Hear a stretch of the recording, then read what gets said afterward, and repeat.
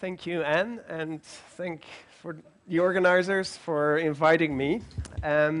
Merci aux It's great to organisateurs be de m'avoir here in invité. Je suis très heureux d'être ici à Paris. Feel very honored to be invited here.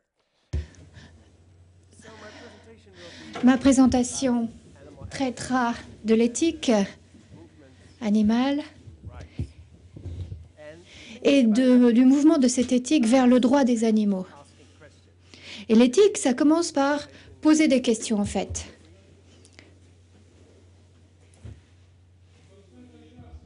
J'attends que ma présentation apparaisse à l'écran, dit l'orateur. Would it be possible to project it? Excellent. Voilà, la projection arrive. I think start with questions. Donc l'éthique, ça commence par des questions. Are we Des justified questions comme: to take animals from est-ce que c'est justifié pour nous que nous prenions des animaux, les extrayons de la nature pour notre amusement? coat Deuxième question, est-ce qu'on a le droit de porter like un manteau en fourrure ou bordé de fourrure? to eat Autre question, est-ce qu'on a le droit de manger des œufs qui viennent de production d'usines de production intensive? use in the developed world? Autre question, dans le monde développé, est-ce qu'on doit réduire ou même interdire, abolir la consommation de viande? Ces questions, toutes ces questions sont des questions importantes Day life, qui sont liées à nos vies quotidiennes et également nos choix quotidiens et probablement plus précisément routine, à nos habitudes quotidiennes. Et très souvent, on se pose même pas la question, que ce soit individuellement ou those questions are en tant que société. Mais ces questions sont des questions très anciennes. Je suis historien de formation, donc j'aime bien toujours citer des exemples du passé, mais je vais vous lire une citation d'un philosophe romain, Plutarque, qui vivait au IIe siècle. Donc cette citation a près de 2000 ans. Et il s'est posé ces questions lui-même. Non seulement il s'est posé ces questions sur notre relation avec les animaux, mais également ces questions ont trait as human beings. à ce que nous voulons être, nous, Quote in French and my humains. Et je vais so citer Plutarque en français, dit l'orateur. Désolé pour cette prononciation peut-être un peu étrange, mais je vais essayer de faire de mon mieux.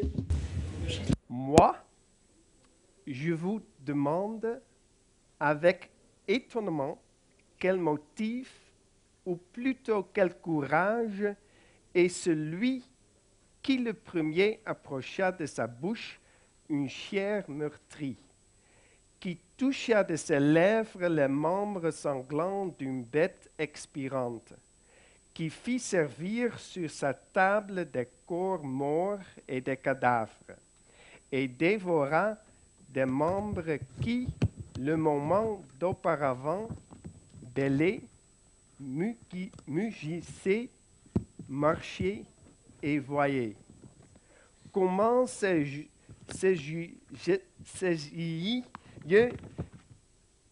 purent-ils soutenir l'aspect de meurtre?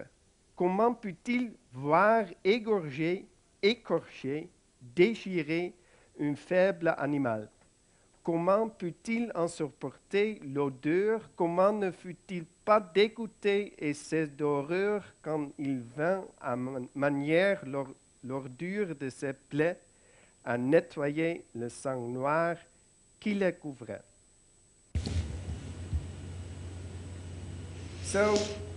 Donc, cela montre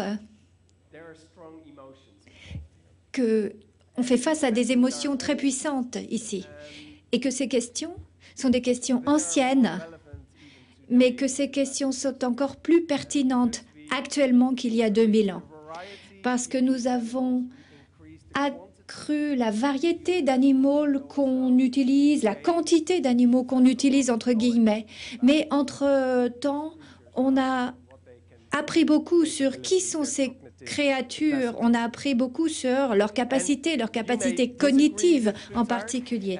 Vous serez peut-être pas d'accord avec Plutarque. Dans cette salle, peut-être que certaines personnes ne sont pas d'accord sur la réponse à ces questions, mais je suis sûre que vous avez certaines émotions liées à ces questions. Et c'est là que souvent l'éthique commence, à partir de sentiments, d'émotions sur ce qui est bon, ce qui n'est pas bon, sur la justice. Et ces émotions, ces sentiments, ces intuitions souvent forment la base, le début de notre réflexion éthique. Mais ça n'est pas suffisant. Par exemple, vous pensez peut-être que c'est très bon de manger une très bonne saucisse faite à partir de porc, mais simultanément, vous allez peut-être penser que ça n'est pas bon de manger une saucisse qui est faite à la base de chair de chat ou de chien. Donc, en fait, en éthique, il faut s'en remettre aux faits pertinents. Est-ce que c'est différent d'élever et de tuer un cochon par rapport à élever et tuer un chat ou un chien? Peut-être que c'est vrai, peut-être que ça n'est pas vrai.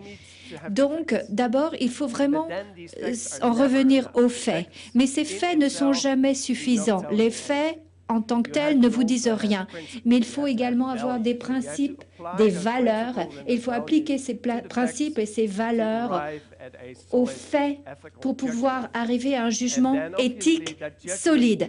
Et évidemment, ce jugement éthique va vous donner plus d'informations vis-à-vis de votre intuition en fin de compte.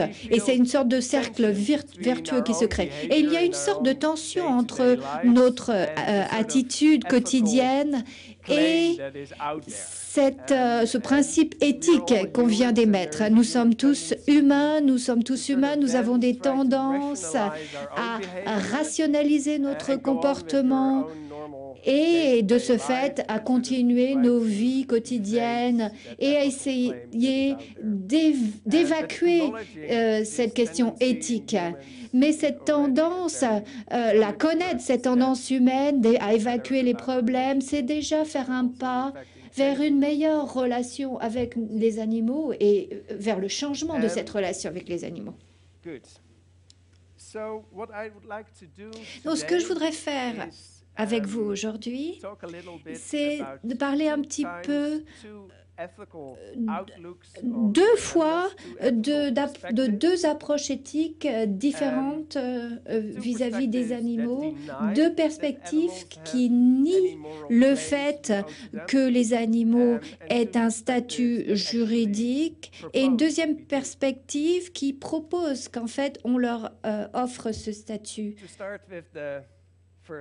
On va commencer par la première approche, les animaux considérés comme des choses. Pour étudier cela, je voudrais remonter au XVIIe siècle, un philosophe français qui d'ailleurs a vécu longtemps aux Pays-Bas, René Descartes. René Descartes est un philosophe très intéressant. En fait, c'est presque le premier philosophe moderne. Pourquoi? Parce qu'il voulait s'écarter de la tradition, des autorités religieuses et fonder sa philosophie sur des principes indisputables. Et pour faire cela, il s'est dit, bien, où dois-je commencer? Eh bien, il est arrivé à la conclusion que les sens, les informations empiriques qu'il tirait de ces sens n'étaient mauvaises parce que les sens peuvent être trompés. Donc, il est donc arrivé à la conclusion que la seule chose dont il puisse être sûr, c'est sa pensée. Je pense, donc je suis. Mais, en fait, ça a eu énormément de conséquences sur la façon dont il concevait les animaux, parce qu'il niait le fait que les animaux aient la capacité de penser. Il croyait que les animaux ne pouvaient pas penser. Et donc, pour lui, les animaux, tout simplement, n'existaient pas. Ça veut dire que, dans son esprit, la capacité de penser était nécessaire pour pouvoir traiter, disons, les stimulus externes. Et donc, les animaux pouvaient montrer des signes de détresse ou même de douleur, mais puisqu'ils ne pouvaient pas penser, ils ne pouvaient pas vraiment sentir ces perceptions. Pour Descartes, donc, les animaux n'étaient pas plus que des horloges très ingénieuses, des automates insensibles. Donc, si vous partez de ce point de vue, eh bien, c'est très logique de dire que les animaux n'ont aucun statut juridique et qu'on peut les traiter avec une indifférence complète, parce qu'ils n'ont pas d'importance au plan moral, aucune. Et donc, d'une certaine façon, c'est peut-être le plus bas point auquel on puisse descendre lorsqu'on parle des animaux, lorsqu'on pense aux animaux.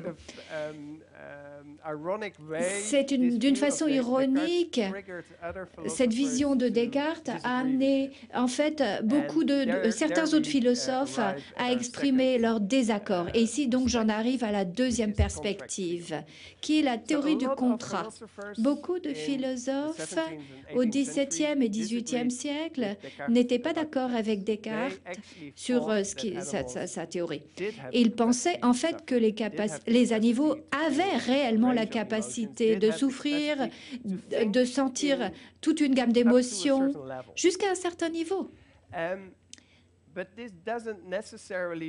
Mais ça ne signifie pas nécessairement qu'il y a eu tellement de progrès dans la manière dont les animaux étaient traités. En fait, Descartes s'est trompé sur les faits, vous avez compris ce que je vous ai expliqué, il en est arrivé à la mauvaise conclusion, et ces philosophes, en fait, se basaient sur les bons faits, mais leurs conclusions étaient un petit peu gênantes, à mon avis. Pourquoi ? Eh bien parce qu'ils percevaient le domaine de la justice comme étant un contrat social. C'était l'idée qui a été avancée par le philosophe anglais Thomas Hobbes, qui a été un contemporain à peu près de Descartes. Et il a dit, OK, l'état de nature naturelle est une guerre perpétuelle, une guerre de tous contre tous. Et cette guerre provoque de l'insécurité et des difficultés, et donc les gens n'aiment pas. Et donc c'est dans l'intérêt des hommes, des humains, de se réunir et de se mettre d'accord sur un contrat social et de donner l'autorité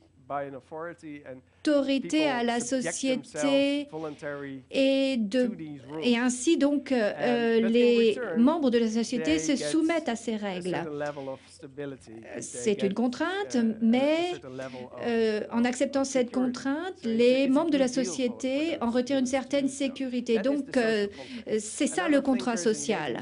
C'est positif pour les membres de la société. Et au XVIIIe siècle, John Locke ou Jean-Jacques Rousseau ont un petit peu amendé cette idée du contrat social, mais fondamentalement, c'est demeurer l'essence. Un contrat social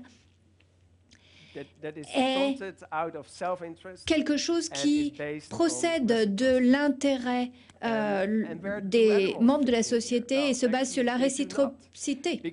Alors, où s'inscrivent les animaux dans cela? Eh bien, ils ne s'inscrivent pas dans ce contrat. Il n'y a aucune raison pour laquelle les humains, dans ce contrat social, restreignent leur attitude vis-à-vis des animaux, parce que les animaux ne peuvent pas se plier aux règles du contrat. Et pourquoi est-ce que les humains appliqueraient le contrat aux animaux? C'est de leur intérêt d'exploiter les animaux et de ne pas les protéger. Donc, les animaux ne font tout simplement pas partie de ce domaine de la justice humaine. Et les philosophes croyaient en effet que les animaux avaient la capacité de souffrir. Ils croyaient que c'était mauvais d'être cruel vis-à-vis des animaux, mais pas d'un point de vue de la justice, mais disons uniquement d'un point de vue des émotions personnelles.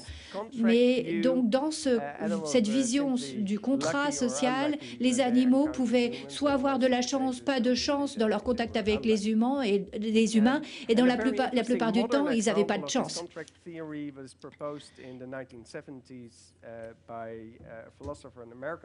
Un philosophe américain, John Rawls, R-A-W-E-L, a écrit un livre très bien connu, The Theory of Justice, la théorie de la justice. Il a revisité cette théorie du contrat social et s'est posé la question comment arriver à une société réellement juste.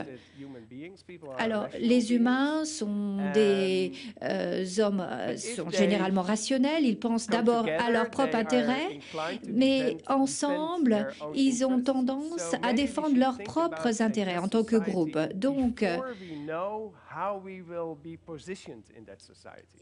on a tendance à... On peut faire une expérience pour demander aux gens de se passer dans une position d'origine derrière un voile d'ignorance. Et ces individus, ces futurs membres de la société, ne savaient pas quelle serait leur position dans cette future société. Et si vous ne savez pas ce que vous serez dans cette société, homme, femme, blanc, ou noir, ou riche ou pauvre, vous allez créer une société qui offre des droits et égaux pour tous, parce que c'est dans votre propre intérêt de ne pas risquer de vous positionner vous-même dans une société en tant qu'esclave, par exemple. Mais à nouveau, les animaux ne sont pas dans l'équation ici. Et cette expérience a été énormément critiquée par les philosophes récemment parce que l'auteur pensait que les personnes allaient se choisir en tant que personnes dans cette projection, pas en tant qu'animaux. Et cette expérience est censée être impartiale, mais en étant impartiale, vous êtes très partiel en excluant les animaux de cette société que vous créez.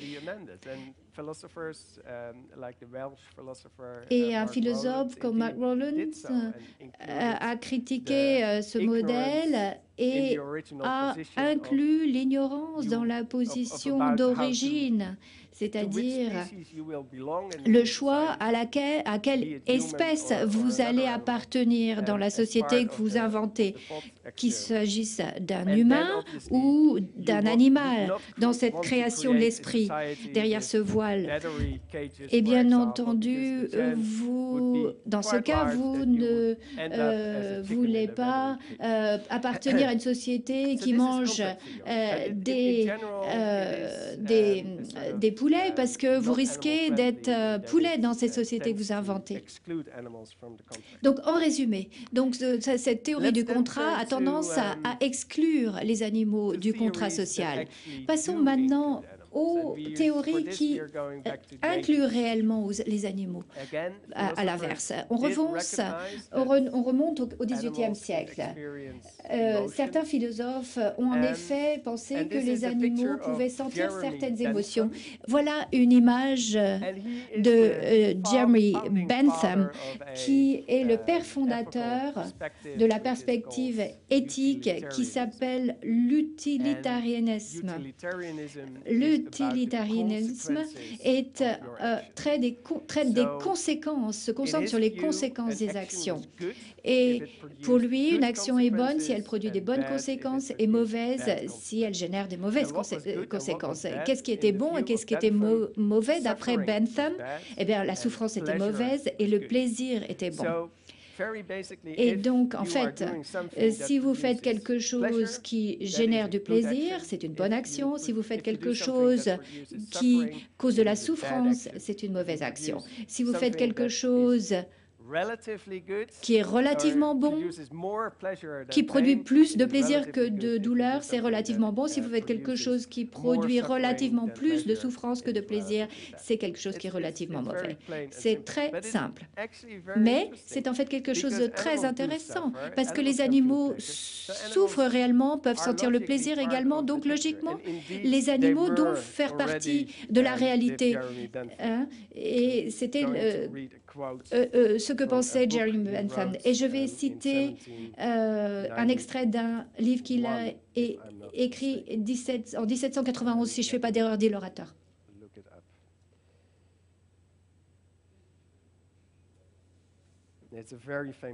C'est une citation très connue. D'autres animaux qui, du fait que leurs intérêts ont été négligés, du fait de l'insensibilité des anciens juristes, sont rabaissés au plus bas dans la classe des êtres. Il y a eu un jour, et j'en suis absolument désolée, c'était le vrai dans le passé, c'est toujours vrai actuellement, où la plupart des espèces qualifiées d'esclaves ont été traitées et le sont toujours comme des animaux. Un jour va venir peut-être où le reste de la création animale acquérera peut-être ces droits qui leur ont été retirés du fait de la tyrannie. Les Français ont déjà découvert que la noirceur de la peau ne constitue pas une raison justifiant qu'un être humain soit abandonné sans recours possible au caprice de quelqu'un qui le tourmente. Un jour viendra peut-être où on reconnaîtra que le nombre de pattes, la pilosité de la peau ou la termination de l'os du sacrum sont des raisons également insuffisantes pour abandonner un être sensible au même sort.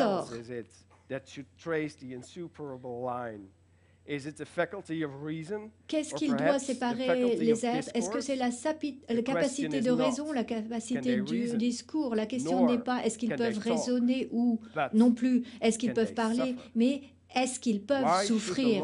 Pourquoi est-ce que le droit refuserait sa protection à tout être sensible? Le temps viendra où l'humanité étendra son manteau protecteur à tout être qui respire.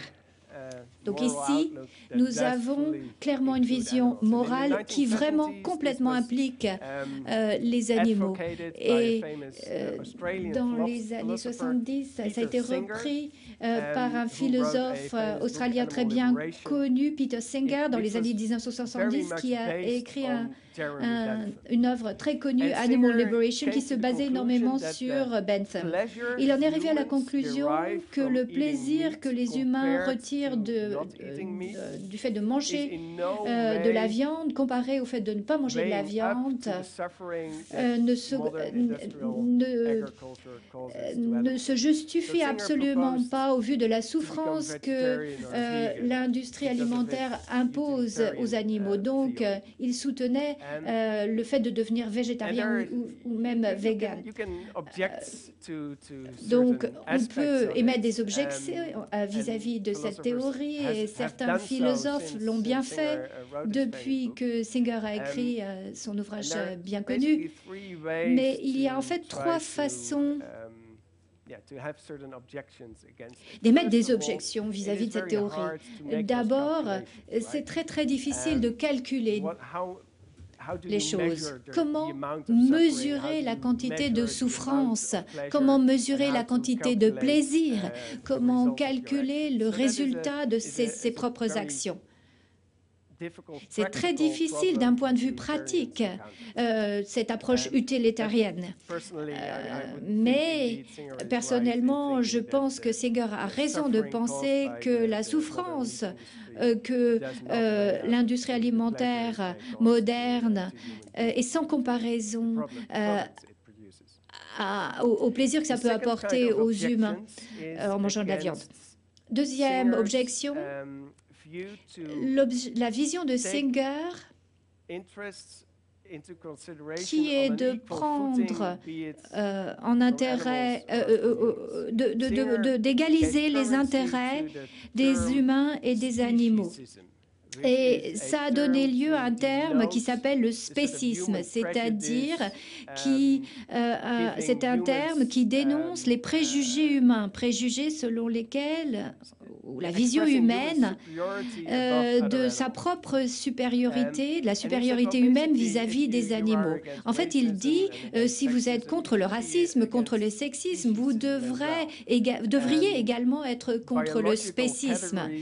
Et donc, les catégories biologiques, les espèces ne peuvent pas être comparées. Elles doivent être toutes égales. Donc, c'est la deuxième critique vis-à-vis de ce spécisme. Eh bien, certains disent c'est normal que les humains se considèrent comme supérieurs aux autres animaux. Et en fait, peut-être qu'on passe de fait à un jugement éthique. Quelque chose qui est naturel n'est pas forcément quelque chose qui est bon d'un point de vue éthique. La troisième catégorie des critiques vis-à-vis de Singer, c'est en fait, à mon avis, la critique la plus intéressante. Et ça nous amène à la quatrième vision morale vis-à-vis des animaux, que j'appelle la vision fondée sur les droits. Et la personne la plus importante qui a critiqué Singer, c'est un philosophe américain, Tom Regan, qui a écrit un livre qui s'appelle The Case for Animal Rights dans les années 80. Il a critiqué Singer parce qu'il considère que d'un point de vue utilitariste, donc l'individu n'obtient pas beaucoup de protection. Parce que si vous, en tant qu'individu, êtes en faveur de la torture, ça produit beaucoup de plaisir à d'autres personnes et la quantité de plaisir est plus importante que votre souffrance individuelle. Et si on se ramène à la théorie utilitarienne, eh bien, c'est tout à fait acceptable. Donc, en fait, l'utilitarianisme, en fait, considère qu'un individu est un simple réceptacle de plaisir et de souffrance.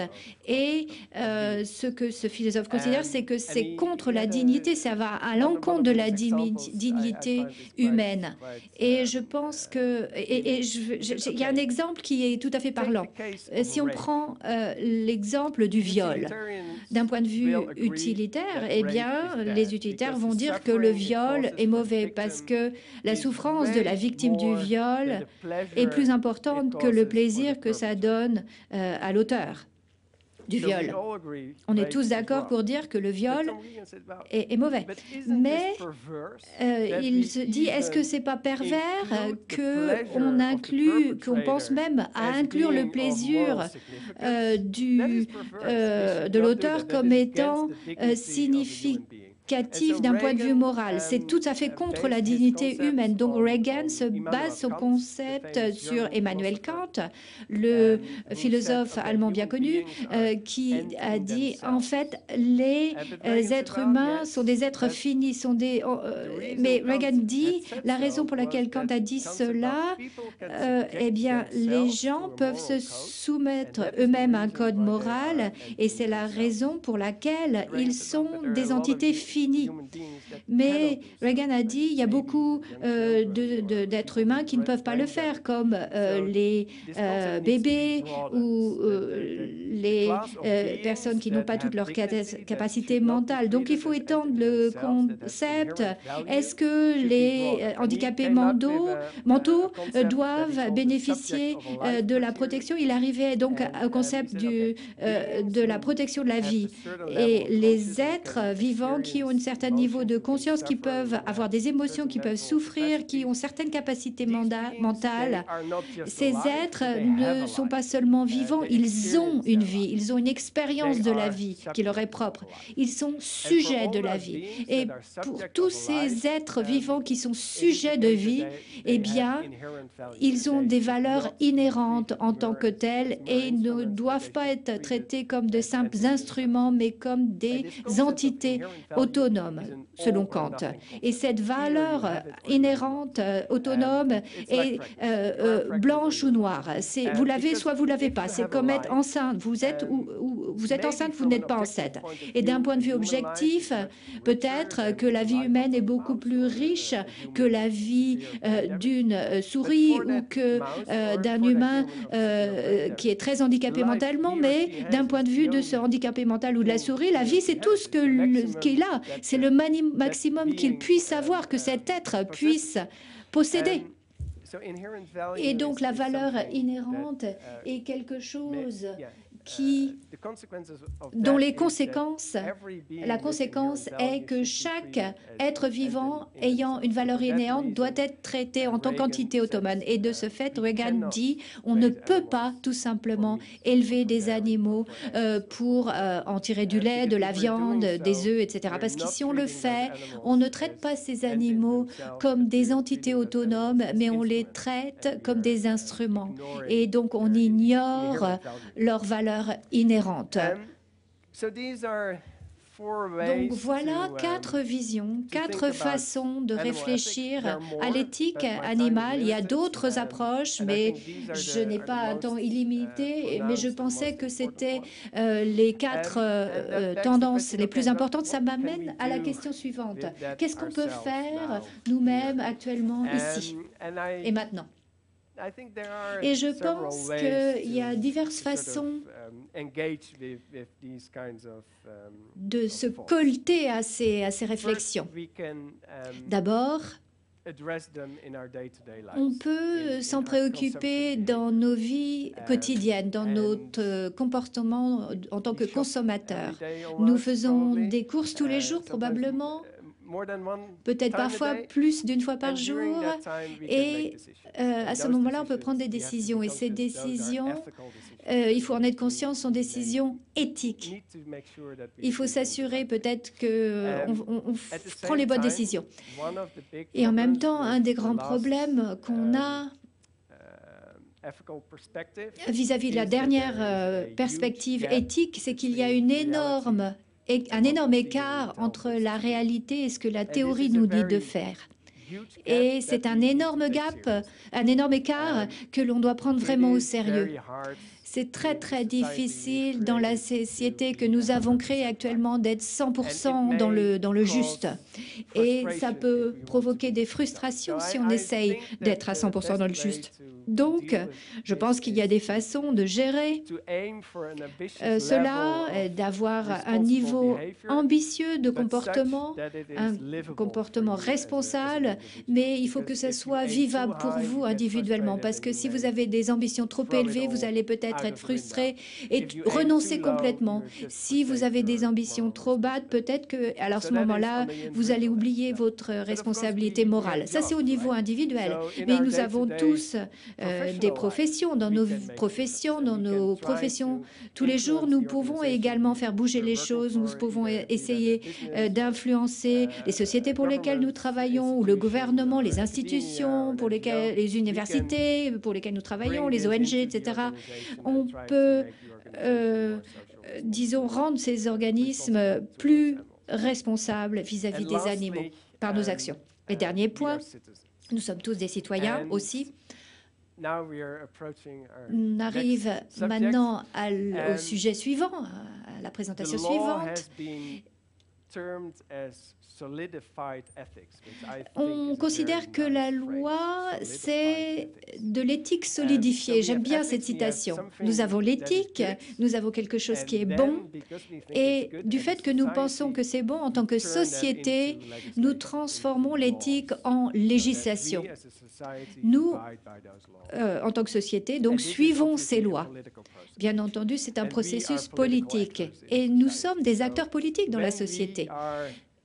Et donc, lorsque nous agissons en tant que citoyens, au cours des élections, par exemple, et tout simplement dans nos interactions avec les représentants, les politiques que nous avons élus, nous pouvons faire avancer les droits des animaux. Si nous le faisons en nombre suffisant, les hommes politiques, les politiques nous écouteront et adhéreront à cet appel éthique et changeront les lois. Et nous, et la société dans son ensemble évoluera.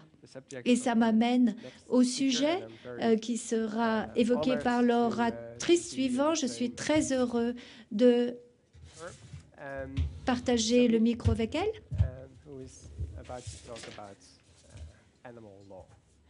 Nous allons maintenant parler de la loi sur les animaux. Merci beaucoup.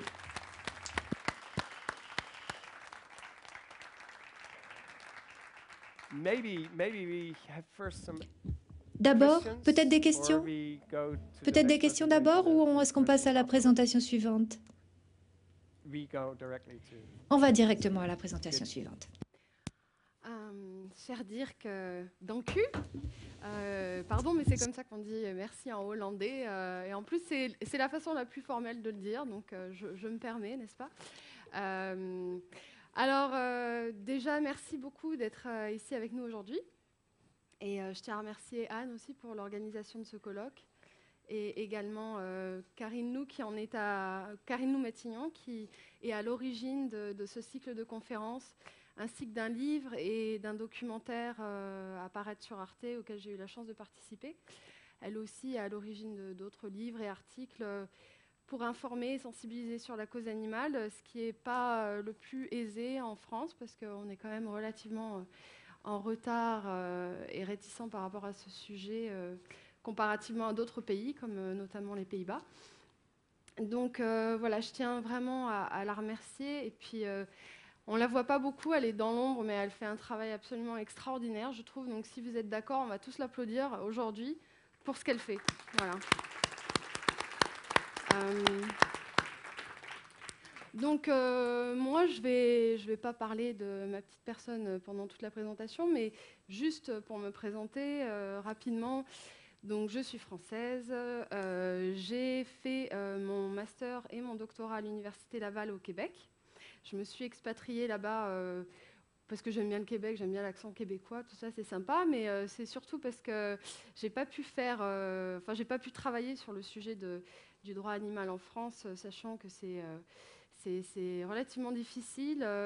Aujourd'hui, on commence un peu plus à avoir accès à des études en éthique animale ou en droit animalier, notamment à l'université de Limoges avec le professeur Jean-Pierre Marguenot.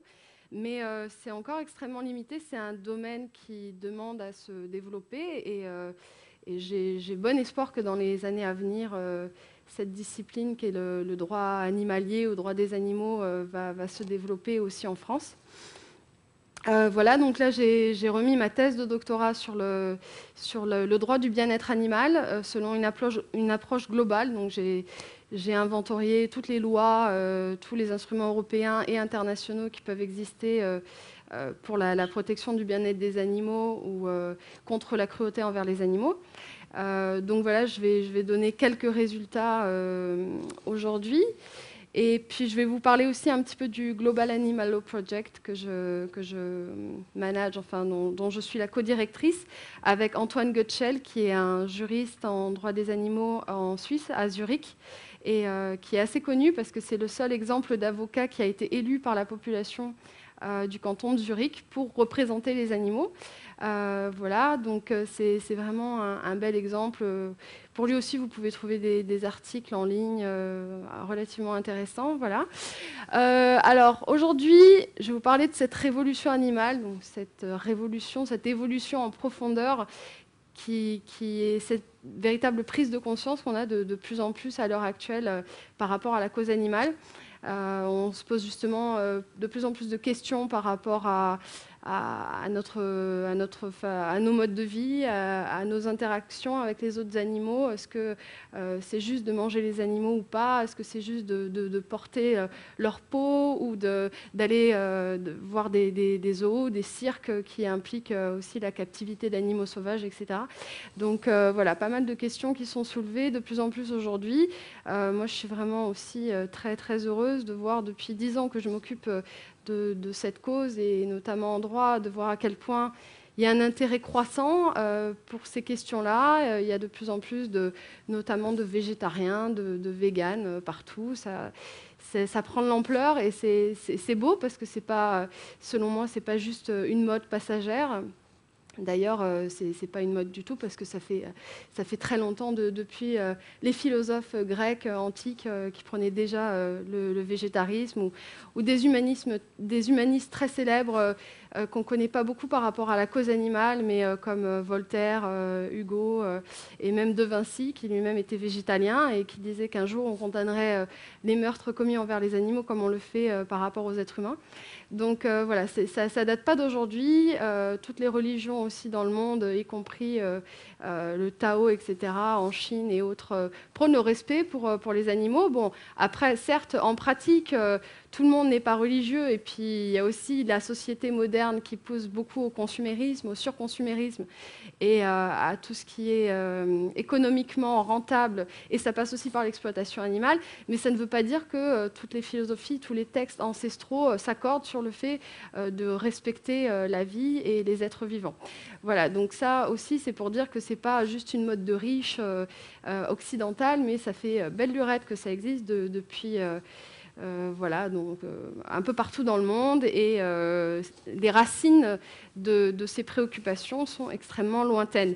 Mais ce qu'on constate aujourd'hui, par contre, voilà, c'est qu'il y a un intérêt croissant, c'est qu'on en parle de plus en plus, et c'est que c'est sur le devant de la scène, pas plus comme une cause secondaire, comme ça a pu être considéré auparavant, mais comme une cause qui mérite d'être abordée avec la cause humaine, si je puis dire, parce que notre humanité passe aussi par la considération des autres animaux, et ça va ensemble. Selon moi, c'est aussi être plus humain que de s'occuper du sort des animaux. Voilà, donc ça, c'était la grosse introduction. Donc maintenant, voilà, de l'éthique au droit. Donc, je vais faire aussi la distinction du droit et des droits, parce que ce n'est pas la même chose. Donc, l'éthique animale, d'abord. Alors, j'ai vu que vous aviez des livres, là, si ça vous intéresse, vous pouvez les voir. Vous pouvez aussi les emprunter à la Cité des Sciences. Moi, j'ai... donc, bon, alors, je crois qu'il y a un bug. Oui, il y a un gros bug parce qu'en fait, j'avais fait des animations sur ma présentation et je vois qu'il n'y a que les titres qui apparaissent. Donc, je vais essayer de faire avec, mais il y a tout le contenu que vous ne verrez pas, à moins qu'en régie, je ne sais pas si vous pouvez faire quelque chose par rapport à ça. Mais sinon, bon, on va faire avec. Hein.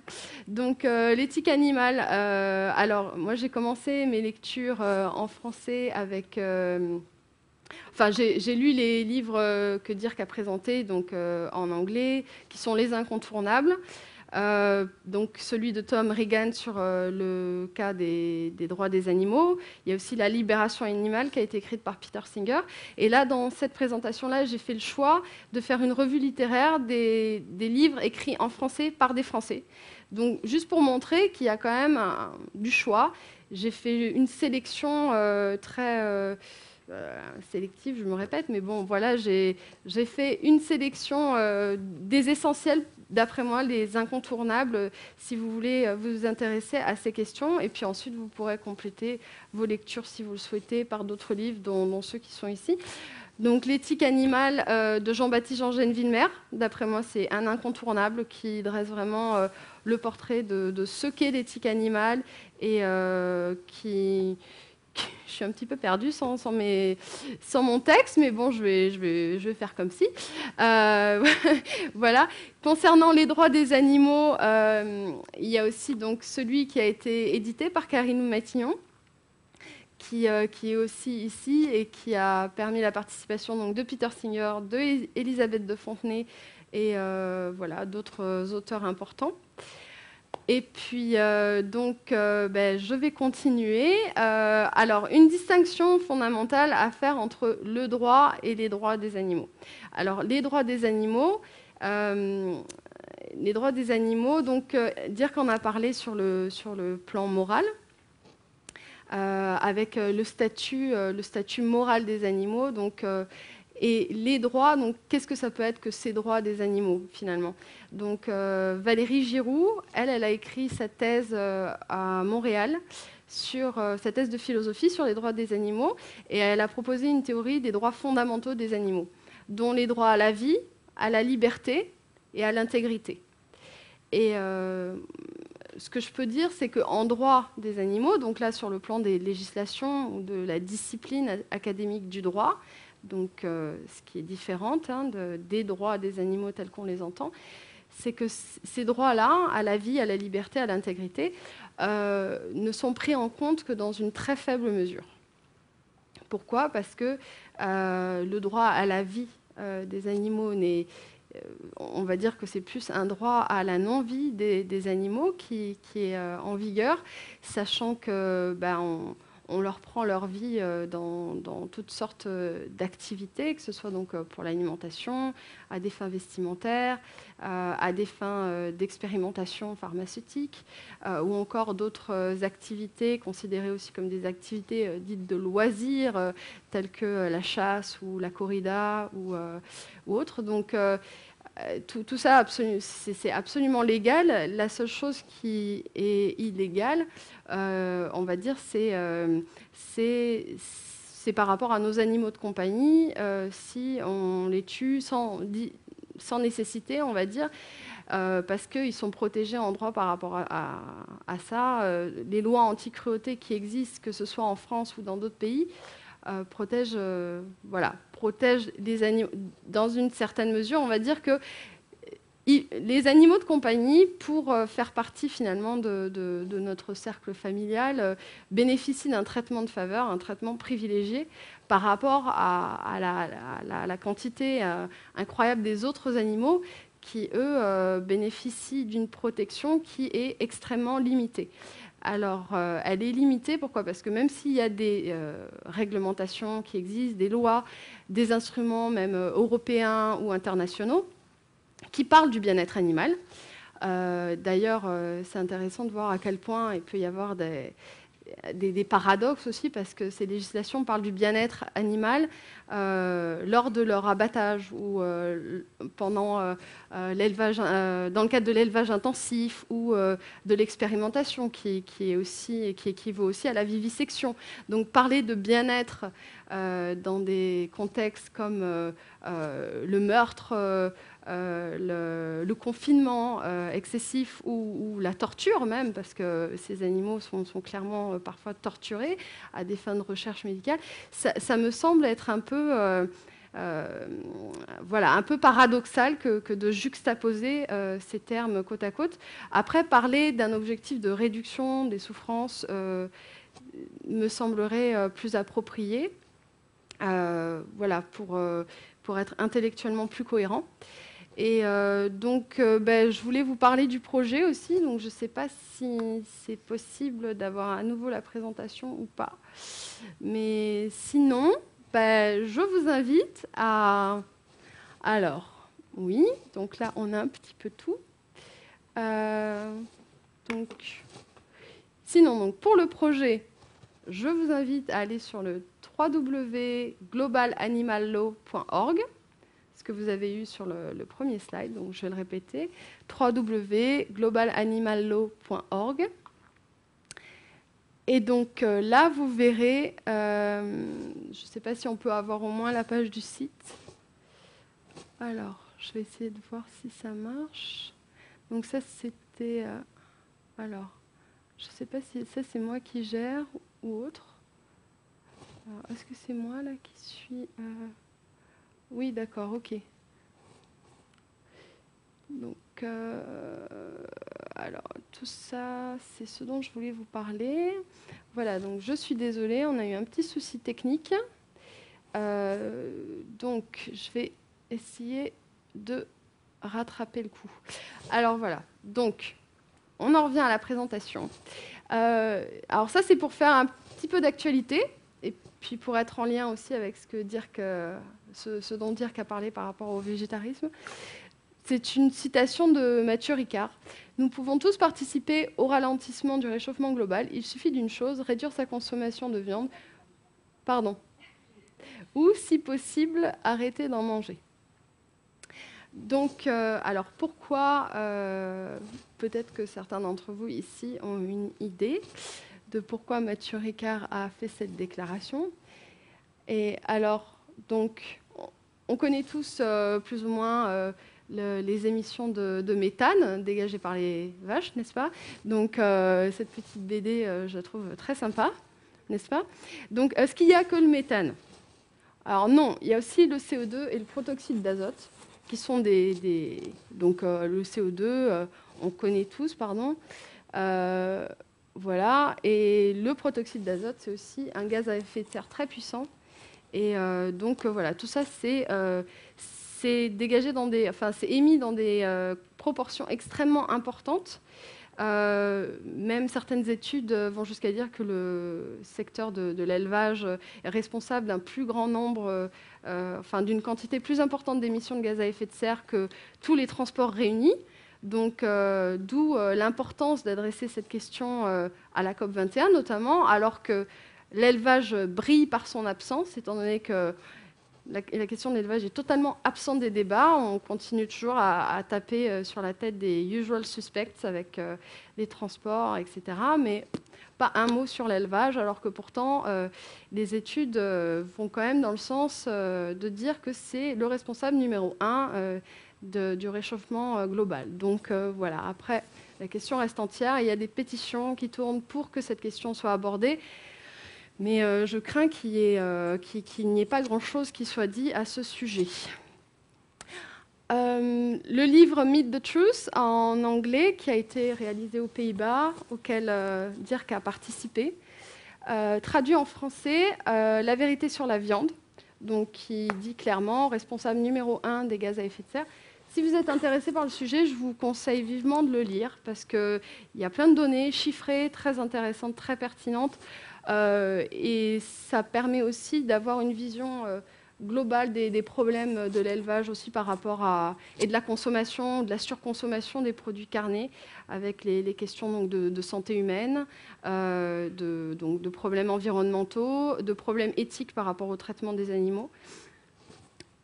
Également la perte de biodiversité, et puis jusqu'à la faim dans le monde, parce que ça, on n'en parle pas beaucoup non plus, mais tous les céréales qui sont produits, la plupart vont directement pour l'alimentation du bétail et non pour la consommation humaine. Alors que si c'était consommé directement par les êtres humains, sachant qu'il y a des milliards d'animaux qui sont nourris chaque jour avec ces céréales-là, on est bien d'accord que ça pourrait également permettre de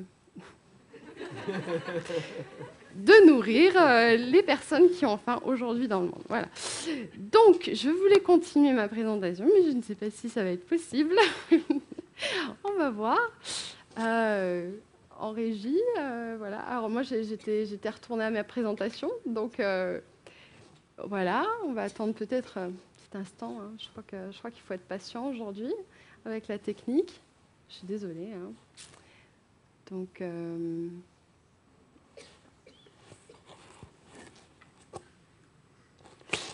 j'essaye de me rappeler ce qu'il y avait après.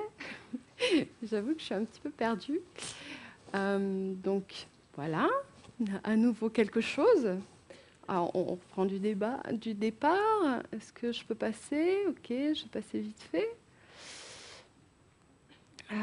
Alors. Donc, oui, alors ça, c'est pour montrer donc encore une petite revue littéraire des livres français. Donc, avant La vérité sur la viande, Fabrice Nicolino avait déjà soulevé ce problème-là dans Bidoche, L'industrie de la viande menace le monde. Depuis, il y a eu donc Nos steaks d'Émeric Caron qui a fait un véritable carton.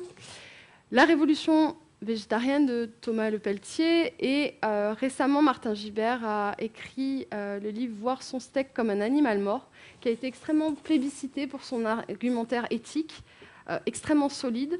Donc là-dessus aussi, si vous vous intéressez à cette question, je vous conseille vivement d'y jeter un coup d'œil. Global warming, c'est un jeu de mots avec global warming, qui est le réchauffement global. Donc aussi, c'est une alerte globale qu'on a aujourd'hui, sachant que l'élevage industriel, c'est la première cause de destruction massive des animaux. Donc c'est la plus grande quantité, on va dire, des animaux qui sont exploités le sont à des fins alimentaires aujourd'hui. C'est aussi la première cause de destruction massive de l'environnement, parce que la déforestation, la pollution et autres sont essentiellement dues à l'élevage animal. Et aussi pour l'humanité, donc j'en ai brièvement parlé, sur ces questions de ressources naturelles, alimentaires, en eau aussi, qui sont inéquitablement partagées entre cette consommation pour le bétail à des fins de consommation de la viande finalement. Et aussi donc pour la santé humaine, il y a de plus en plus d'études de nutritionnistes qui soulèvent donc le problème causé par la consommation des produits animaux. Et un rapport de l'ONU, donc paru cette année, va vraiment dans ce sens-là, en faisant le point sur les dernières études scientifiques et en disant que le véganisme peut tout à fait sauver le monde de la destruction. Donc on a déjà les solutions, on a des solutions alternatives qu'on peut déjà mettre en pratique tous les jours, chacun, individuellement, ça c'est tout à fait possible. On est des exemples vivants ici et d'autres parmi vous pour montrer que oui, donc c'est non seulement possible, mais si on prend tout ça en compte, c'est nécessaire et puis ce serait même désirable d'aller vers ce nouveau mode de vie pour toutes les bonnes raisons qui ont été soulevées jusqu'à présent. Donc après, appliquer ça de manière plus globale, c'est vrai que c'est un défi. C'est pas pour autant que c'est impossible, c'est un défi. Ça ne se fera pas du jour au lendemain, ça c'est sûr. Ça va être quand même relativement progressif, mais aucune révolution... Enfin, je veux dire, aucun changement radical ne s'est fait du jour au lendemain. Ça a parfois pris un peu de temps. Mais ce qui est certain, c'est qu'aujourd'hui, on a les faits devant nous qui nous montrent que si on continue comme ça, avec le nombre croissant d'êtres humains qu'on est aussi, et la demande croissante en produits animaux, c'est sûr que ni la Terre ne pourra supporter cette demande exponentielle. Voilà, donc il faut peut-être commencer à se poser les bonnes questions aussi de là où on veut aller demain. Alors, le problème principal, c'est pourquoi un tel déni d'aborder la question de l'élevage industriel, la consommation des produits carnés. Pourquoi on nous bombarde tout le temps de messages publicitaires qui encouragent le consommateur à être bête et méchant, passez-moi l'expression, mais à manger toujours plus de produits animaux, alors que toutes les études vont dans le sens que c'est pas la meilleure des choses, bien au contraire. Il y a un lobby économique qui est extrêmement puissant.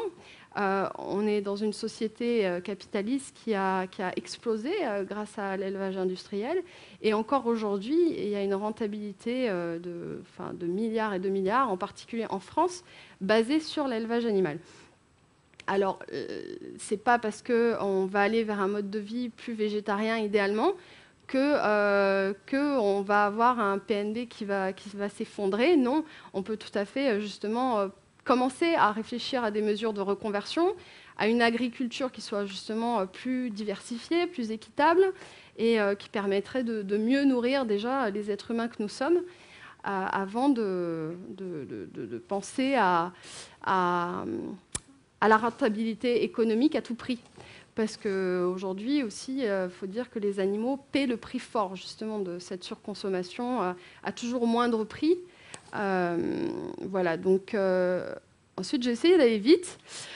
Mais toutes ces catégories d'animaux là que vous voyez, donc, qui sont nos petits totems dans le projet GAL, donc, pour les animaux de compagnie, les animaux de ferme, les animaux sauvages, les animaux d'expérimentation et les animaux dits de loisirs.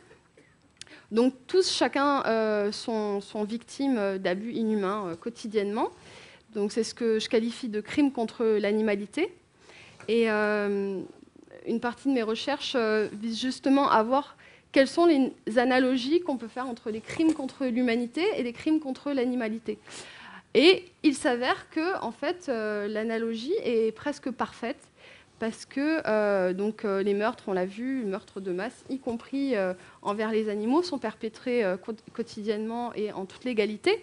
Les exterminations aussi. Donc on est l'espèce qui extermine, qui est la seule capable d'ailleurs d'exterminer toutes les autres espèces vivantes.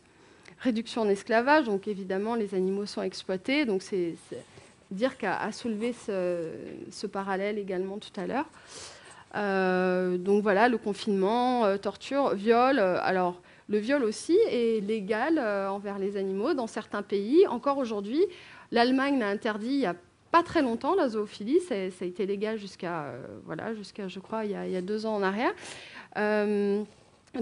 Voilà, donc on peut dire que toutes ces choses-là sont commises pour la plupart absolument légalement, partout dans le monde, ou dans la plupart, en tout cas dans de nombreux pays.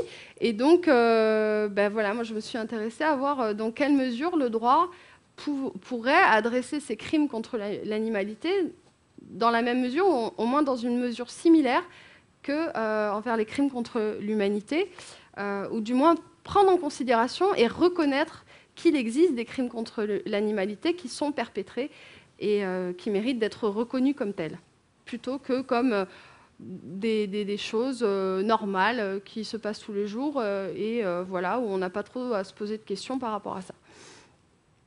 Alors, j'ai choisi d'illustrer ces choses-là avec le tant controversé et ô combien regretté Charme, qui donc a fait pas mal de dessins. Là, il n'y a qu'une petite sélection par rapport aux divers actes de cruauté envers les animaux.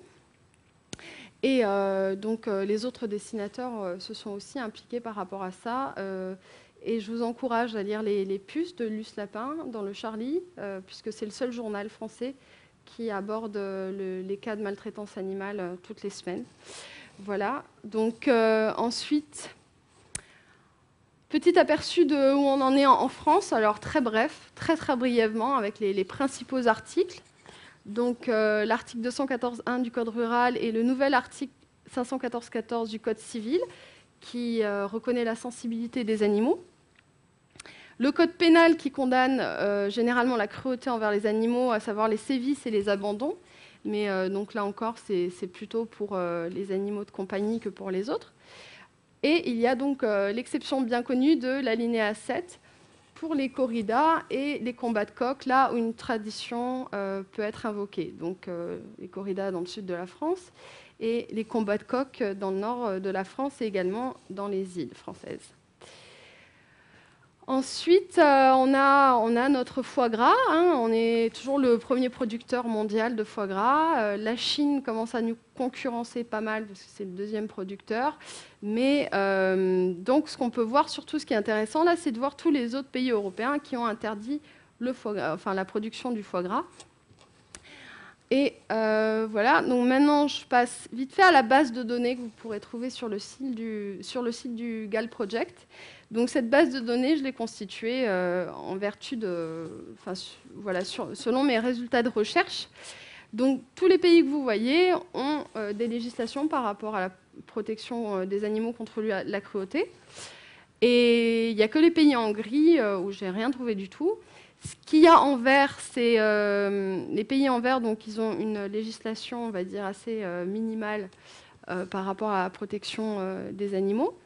En bleu foncé, donc comme la France, ou en bleu, c'est là où il y a un code civil qui reconnaît au moins la sensibilité envers les animaux.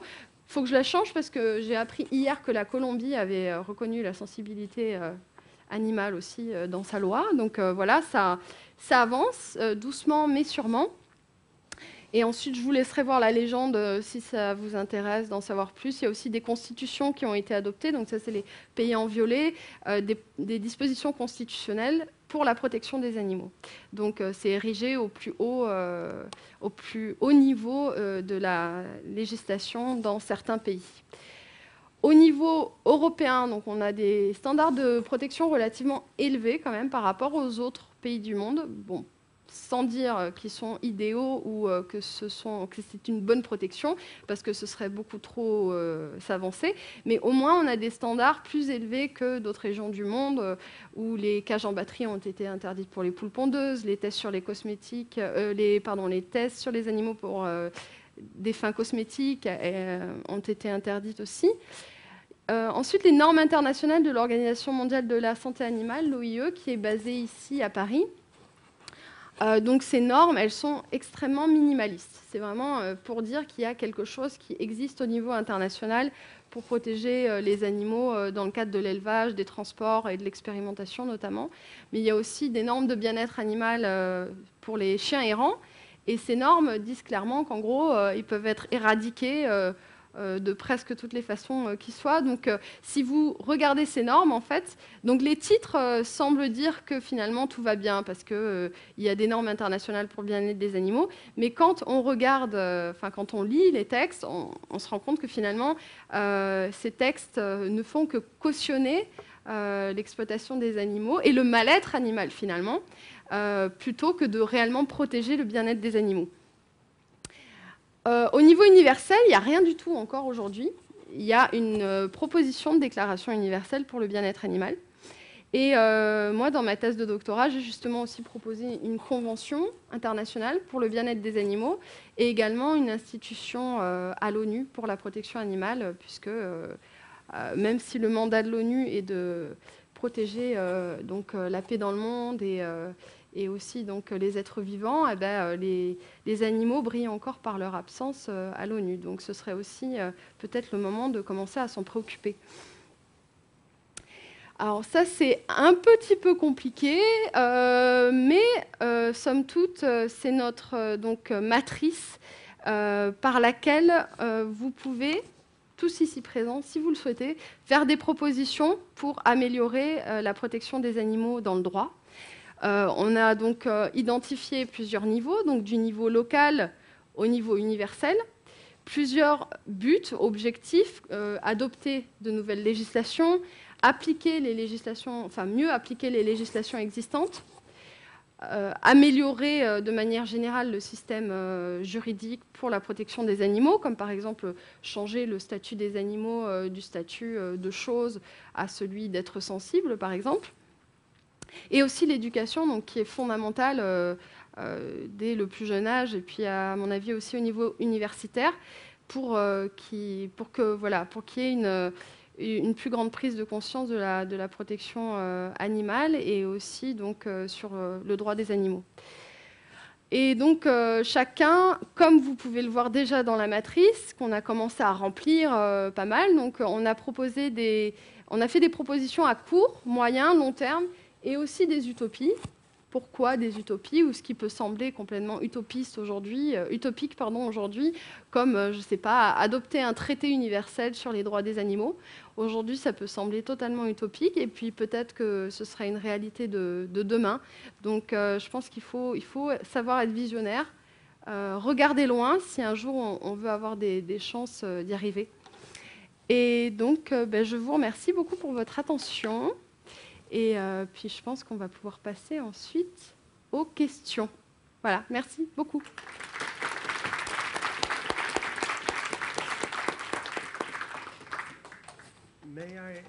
May I actually start the first question, Sabine? Yeah, sure. Je vais poser la première question, Sabine. Être en France, pour moi, c'est super, mais en écoutant votre présentation, en voyant la carte de production du foie gras, je vois les exceptions en ce qui concerne, qui autorisent encore la corrida.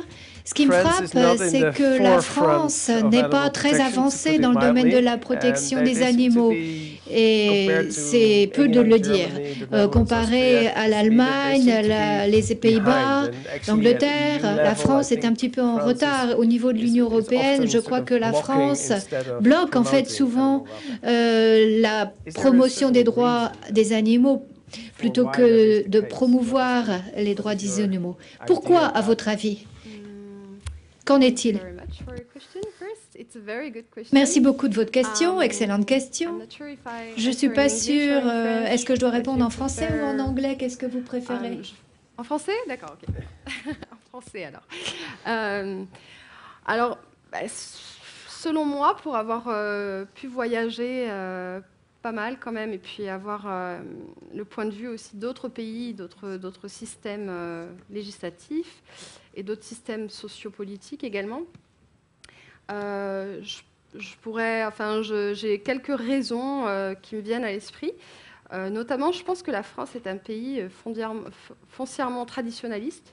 Donc très attaché à ses traditions, également ses traditions culinaires avec sa gastronomie qui est essentiellement basée donc, sur la consommation de produits carnés, également le foie gras et toutes ces choses-là qui peuvent paraître aux yeux d'autres pays comme des traditions extrêmement cruelles, y compris la corrida, qui n'est par ailleurs pas une tradition française puisqu'elle vient d'Espagne et est arrivée en France il y a 150 ans. Mais malgré tout, pour vivre dans le sud de la France et y avoir grandi, je peux dire que c'est une tradition qui est extrêmement protégée par les aficionados sur place, en tout cas.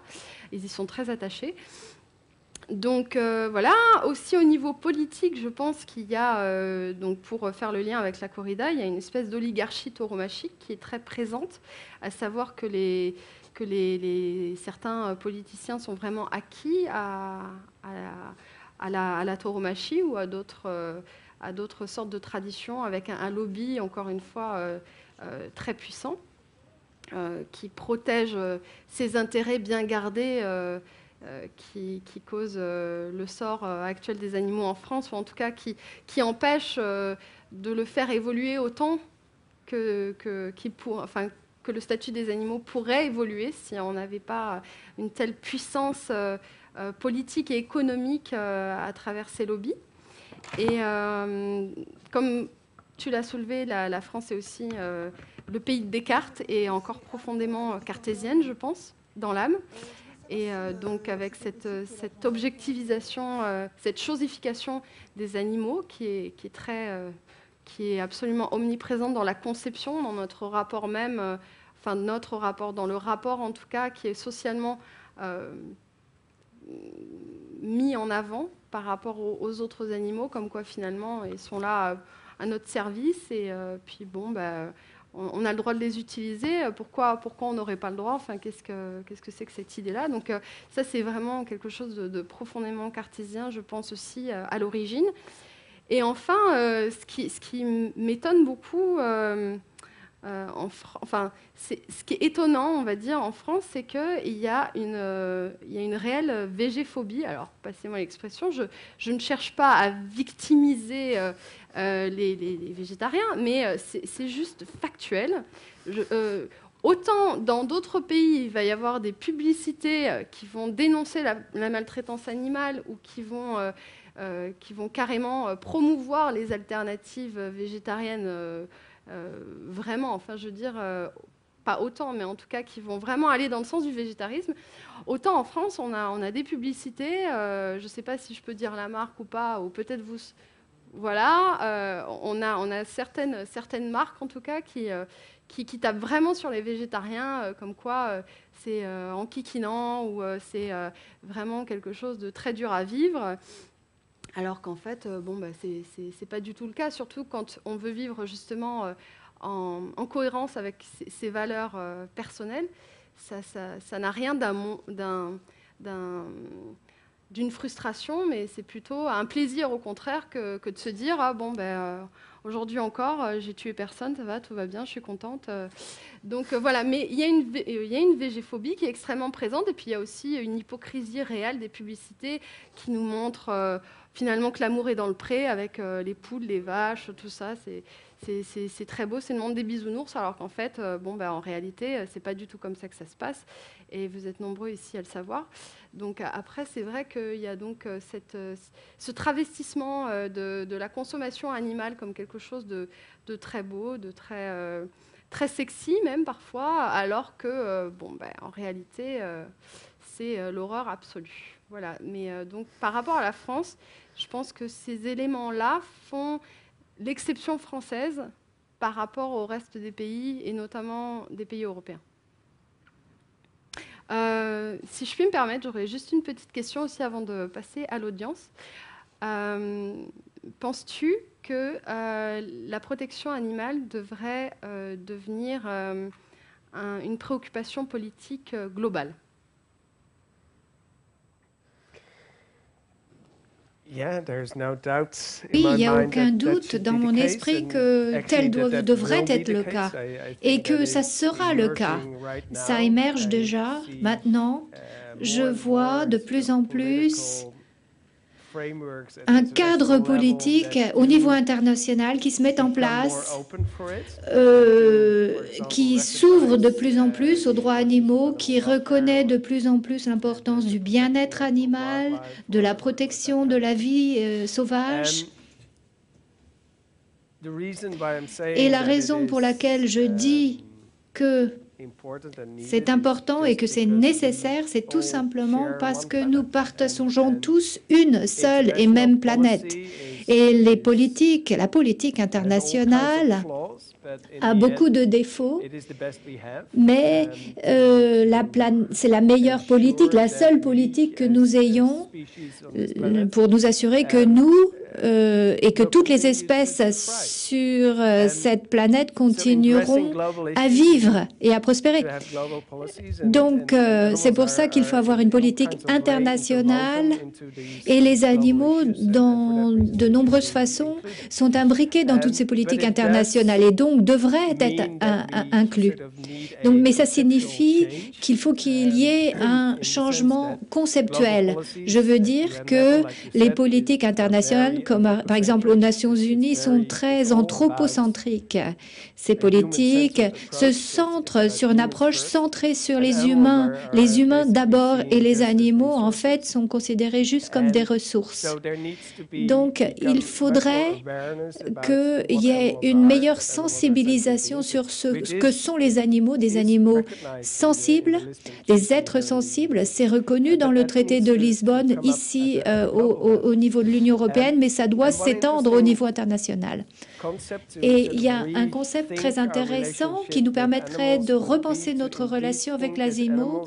Ça serait de considérer les animaux comme des co-citoyens du monde et des co-citoyens au sens plus étroit au sein de notre communauté politique. Vous avez mentionné différents ouvrages. Je voudrais en mentionner un autre écrit par un philosophe canadien, Wilhelm Lika, et sa femme, Sue Donaldson, qui s'appelle Zoopolis.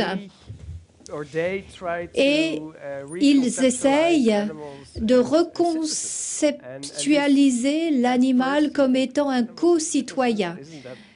Vous allez penser les animaux, des citoyens, c'est un concept un peu bizarre à première vue, mais ils expliquent très très bien pourquoi c'est une idée qui a beaucoup de sens. En fait, d'abord, ils analysent les différentes fonctions et concepts du citoyen, de la citoyenneté, et ils en arrivent à dire quand êtes-vous citoyen? Vous êtes citoyen lorsque vous êtes né dans un territoire politique donné. Les animaux sont nés dans un territoire donné. Ils naissent dans des fermes, des laboratoires, dans nos maisons, et donc, bien sûr, en ce sens, ils sont des habitants et devenir donc des citoyens de notre territoire politique. Et d'une certaine façon, on applique déjà cela. Si vous avez un chien, une chia, vous avez le passeport européen pour les animaux domestiques. Donc, les animaux sont déjà reconnus dans ce sens au niveau européen. Deuxième élément de la citoyenneté des animaux, il s'agit d'une représentation par le gouvernement. Le gouvernement représente le peuple, mais une partie du peuple, ça peut être les animaux qui vivent sur ce territoire qui est représenté par le gouvernement. Le gouvernement également peut tout à fait représenter les animaux qui vivent sur ce territoire. C'est le deuxième sens de cette co-citoyenneté des animaux. Le troisième sens, c'est celui qui pose le plus de défis. C'est en fait les animaux, les citoyens comme acteurs politiques. Et vous allez dire, les animaux ne peuvent pas être des acteurs politiques. Ils ne peuvent pas voter, ils ne peuvent pas participer aux délibérations sur la vie. Mais pourtant, ils font quelque chose, les auteurs se réfèrent à une pensée philosophique qui traite des handicapés sévères. Si vous pensez que Les citoyens sont des êtres qui vivent avec nous, qui veulent préserver leur vie, qui souhaitent communiquer leurs désirs. Et si on applique cela à la sphère politique, eh bien, les animaux peuvent, en ce sens, également être considérés comme des citoyens. Parce que ils ont des intérêts, ils ont des souhaits, des désirs, et ils sont capables de nous les communiquer, de nous les faire passer. Une partie du problème, c'est qu'on ne les écoute pas, certes, mais ils ont des souhaits, et nous avons des méthodes scientifiques pour répondre à ces souhaits, à ces sentiments. Et ils peuvent communiquer ce qu'ils veulent, nous le communiquer, et on peut prendre ça en compte dans le processus politique. Donc, les auteurs arrivent à la conclusion que, en effet, oui, les animaux peuvent devenir co-citoyens, mais on doit faire une distinction entre les différents groupes d'animaux, parce que les animaux qui sont domestiqués, qui vivent avec nous, qui dépendent de nous, ces animaux-là sont déjà plus ou moins des co-citoyens. Mais les animaux sauvages, on ne devrait pas les considérer comme des citoyens de notre pays, mais comme des citoyens de leur propre nation animale. Donc la façon dont on interagit avec ces animaux doit se baser sur la façon dont on agit avec une autre nation. C'est-à-dire, par exemple, lorsque vous allez dans un pays étranger, vous devez suivre les règles de ce pays étranger. Vous ne pouvez pas l'envahir, vous ne pouvez pas le piller, et vice-versa. Les personnes ou les autres animaux, les animaux sauvages peuvent visiter notre pays, oui, et on peut faire appliquer certaines restrictions. Si les visiteurs se comportent mal, on peut leur dire non, non, vous ne pouvez plus nous rendre visite. Donc voilà, ce type de relation politique s'applique tout à fait à la façon dont nous interagissons avec les animaux, et je crois que les auteurs ont fait un travail excellent en définissant ces catégories. Ils ont défini une quatrième catégorie. C'est ce qu'ils appellent non pas les citoyens, mais il s'agit d'un groupe d'animaux. Ils les appellent les denizens, c'est-à-dire des membres, on va dire, qui ont moins de droits politiques dans la vie, dans la société. Et ils peuvent vivre dans la société, mais ils ont d'autres affiliations politiques. Par exemple, au Canada, il y a ce qu'on appelle les natifs qui sont à l'intermédiaire, qui n'ont pas qui ne sont pas des citoyens canadiens à part entière. Ils sont également citoyens de leur propre nation, des peuples natifs d'Amérique du Nord. Et ça s'applique également aux animaux. Par exemple, lorsqu'on sort d'ici, on voit les pigeons, des hirondelles. Dans notre maison, peut-être que parfois, on a des souris, etc. Il y a toutes sortes d'animaux qui vivent dans notre espace, qui partagent notre espace, mais qui ne dépendent pas de nous, qui prennent leurs propres décisions, c'est-à-dire de vivre à côté de nous. Ce n'est pas nous qui décidons d'avoir des souris à la maison, mais on essaye de trouver une façon de coexister avec eux. Notre responsabilité vis-à-vis d'eux est bien moindre que celle qu'on a vis-à-vis de nos chats, de nos chiens et de nos cochons, etc., parce que ce ne sont pas des animaux domestiques, parce qu'on n'est pas responsable, mais ils partagent notre espace, cependant. Donc, il faut faire attention dans la façon dont nous maîtrisons notre environnement. Soit on leur fait comprendre qu'il faut partir, soit on organise notre vie pour que ça ne soit pas trop inconfortable pour eux. Donc voilà, c'est un nouveau concept de notre relation avec les animaux qui est très intéressant et qui fait partie d'une théorie politique qui prend en compte non pas seulement les humains, mais les autres espèces vivantes. À qui veut? Voilà, la parole est à vous. Si vous avez des questions, des remarques, je vais vous demander de lever la main. Merci à tous les deux d'abord pour vos deux excellentes interventions. Et j'aimerais revenir sur une question, madame, que vous avez soulevée tout à l'heure, mais la poser à vous deux pour avoir vos deux points de vue. Comment expliquez-vous, malgré la pression d'ONG et d'associations, que la question du végétarisme et du véganisme soit totalement absente de la COP21 alors qu'on sait les enjeux que ça représente? Voilà. Donc j'aimerais avoir vos deux interprétations à vous deux. Merci. Est-ce que je peux... Oui, vous m'entendez? Oui, ok. Alors, pour ma part, je l'ignore. Mais ce que je sais par ailleurs, c'est que, comme l'a mentionné le récent documentaire, je ne sais pas si vous l'avez vu, mais en tout cas, je vous encourage à le voir, qui s'appelle Cowspiracy, où il montre clairement, dans le document, enfin dans l'enquête que la personne qui l'a réalisée a menée, à quel point donc il y a une espèce de pression de la part des filières, des multinationales agricoles en elles-mêmes, qui font pression sur les ONG elles-mêmes de protection de l'environnement ou des animaux pour finalement qu'elles en parlent le moins possible. Alors, de quelle nature est cette pression? Est-ce qu'il y a des menaces? Est-ce que... Je l'ignore, je ne peux pas m'avancer là-dessus. Ce qui est certain, c'est que, tel qu'il a été montré clairement dans ce documentaire, il y a une pression qui est réelle pour que on peut parler du recyclage, on peut parler de certaines choses, mais les impacts élevage, environnement, c'est encore un espèce de tabou politique global énorme. D'où l'intérêt des livres qui ont été mentionnés, parce que là-dedans, il y a quand même suffisamment de données scientifiques, factuelles, qui sont absolument évidentes sur les impacts qui sont causés là. Et ne serait-ce qu'avec ces livres-là, là j'en ai mentionné que 2 ou 3, mais je veux dire, il y en a une quantité de plus en plus impressionnante. Donc on ne peut pas dire ah oui, quoi, qu'est-ce qui se passe? Non, on n'est pas au courant des études. Il y a de plus en plus de documentaires là-dessus aussi. Donc maintenant, on ne peut pas faire comme si on ne savait pas.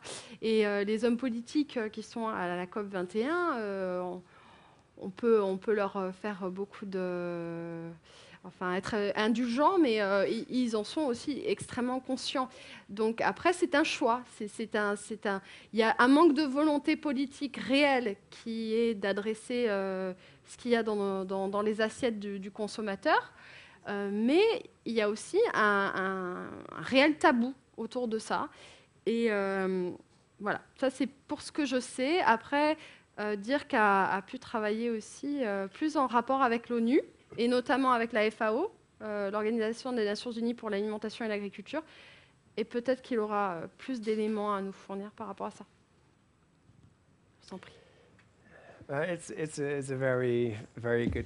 C'est une excellente question, en effet. Et ce n'est pas une question si facile que ça. Mais un des points les plus importants, c'est en effet que les accords sont rédigés par des politiques. Et les politiques se préoccupent surtout de leur réélection.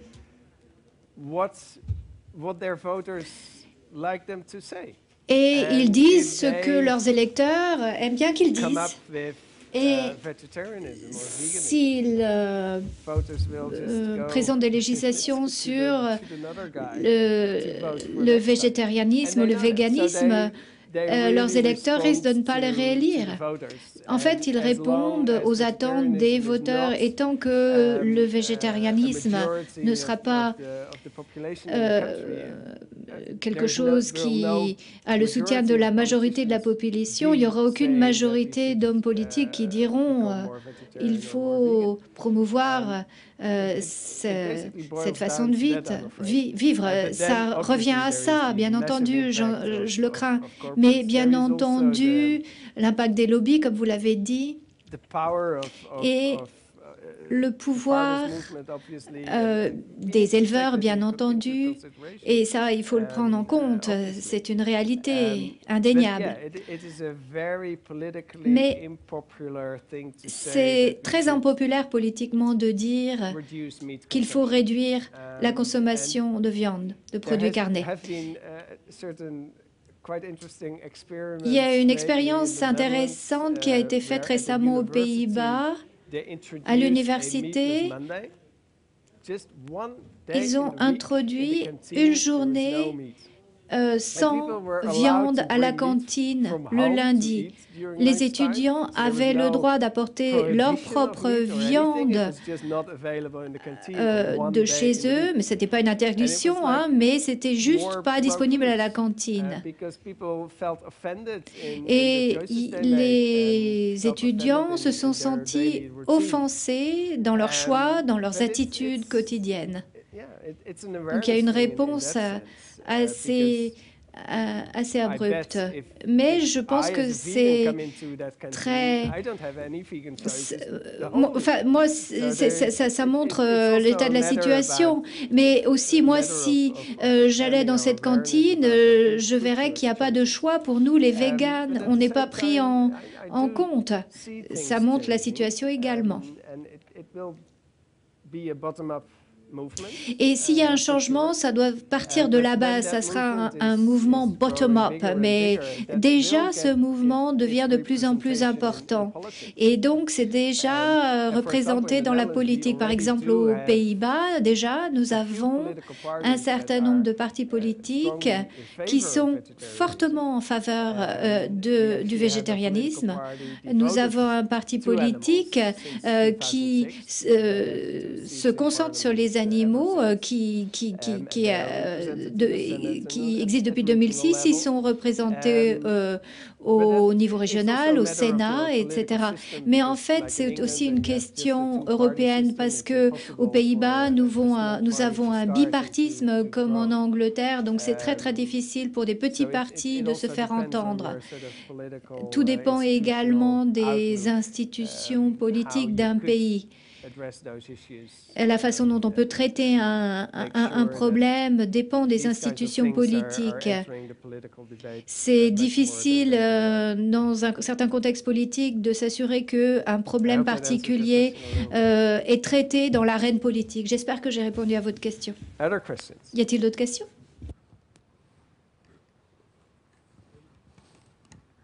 Est-ce qu'il y a d'autres interventions? Oui. Oui, et je voulais savoir quand est-ce que dans les écoles, dans les cantines scolaires, il y aura des repas véganes ou végétariens, quoi. Je peux répondre? Oui. Parce que je pense que les tout petits vont prendre conscience en voyant le copain ou la copine qui mange pas de viande. Et là, je pense que ça va remonter, quoi, parce que c'est pas les parents qu'on va pouvoir convaincre, c'est pas possible, quoi. Et on l'a vu par les formes de tri sélectif. En fin de compte, c'est les enfants qui ont convaincu leurs parents de trier les poubelles, quoi. Vous voyez. Ouais, tout à fait. Et je pense qu'il faut remonter. On en est arrivé à un point où l'élevage industriel, c'est vraiment de la barbarie, quoi. Et là, je pense qu'il y a un retour, important à faire, quoi. Alors, dire on ne peut pas du tout convaincre les parents, c'est quand même un peu pessimiste, parce qu'il y a quand même des parents qui sont capables d'évoluer aussi. Il ne faut pas non plus condamner tous les parents en disant que c'est terminé, qu'ils ne vont jamais changer leur mode alimentaire. On est tous, à notre mesure, capables de prendre en compte justement tous ces éléments-là. Et il n'est jamais trop tard pour changer, je peux le confirmer. Même ma grand-mère, qui a plus de 80 ans, À partir du moment où je lui ai fait comprendre que tous les produits laitiers qu'elle mangeait, c'était pas forcément bon pour son arthrose et ses os, et elle s'est mise à prendre des desserts végétaux, elle se régale, et donc c'est possible. Je pensais que ça n'arriverait jamais, mais c'est possible. À tout âge, on peut prendre conscience de certaines choses et évoluer.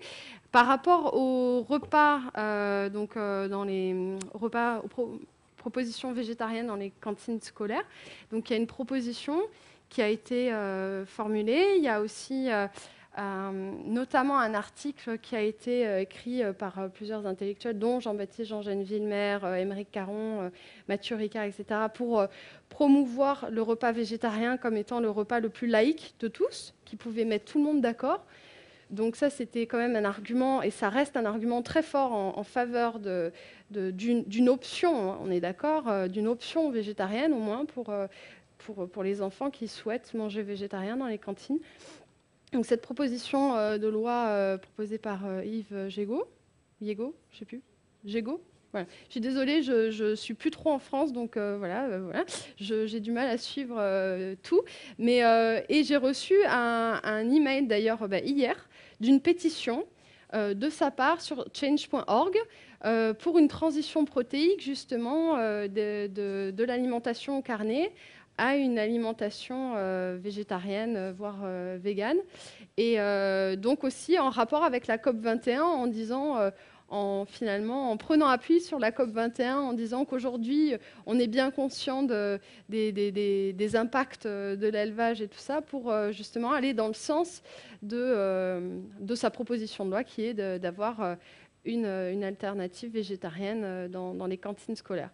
Après, il y a la même pression qui est exercée, sociopolitique, économique, tout ce qu'on veut.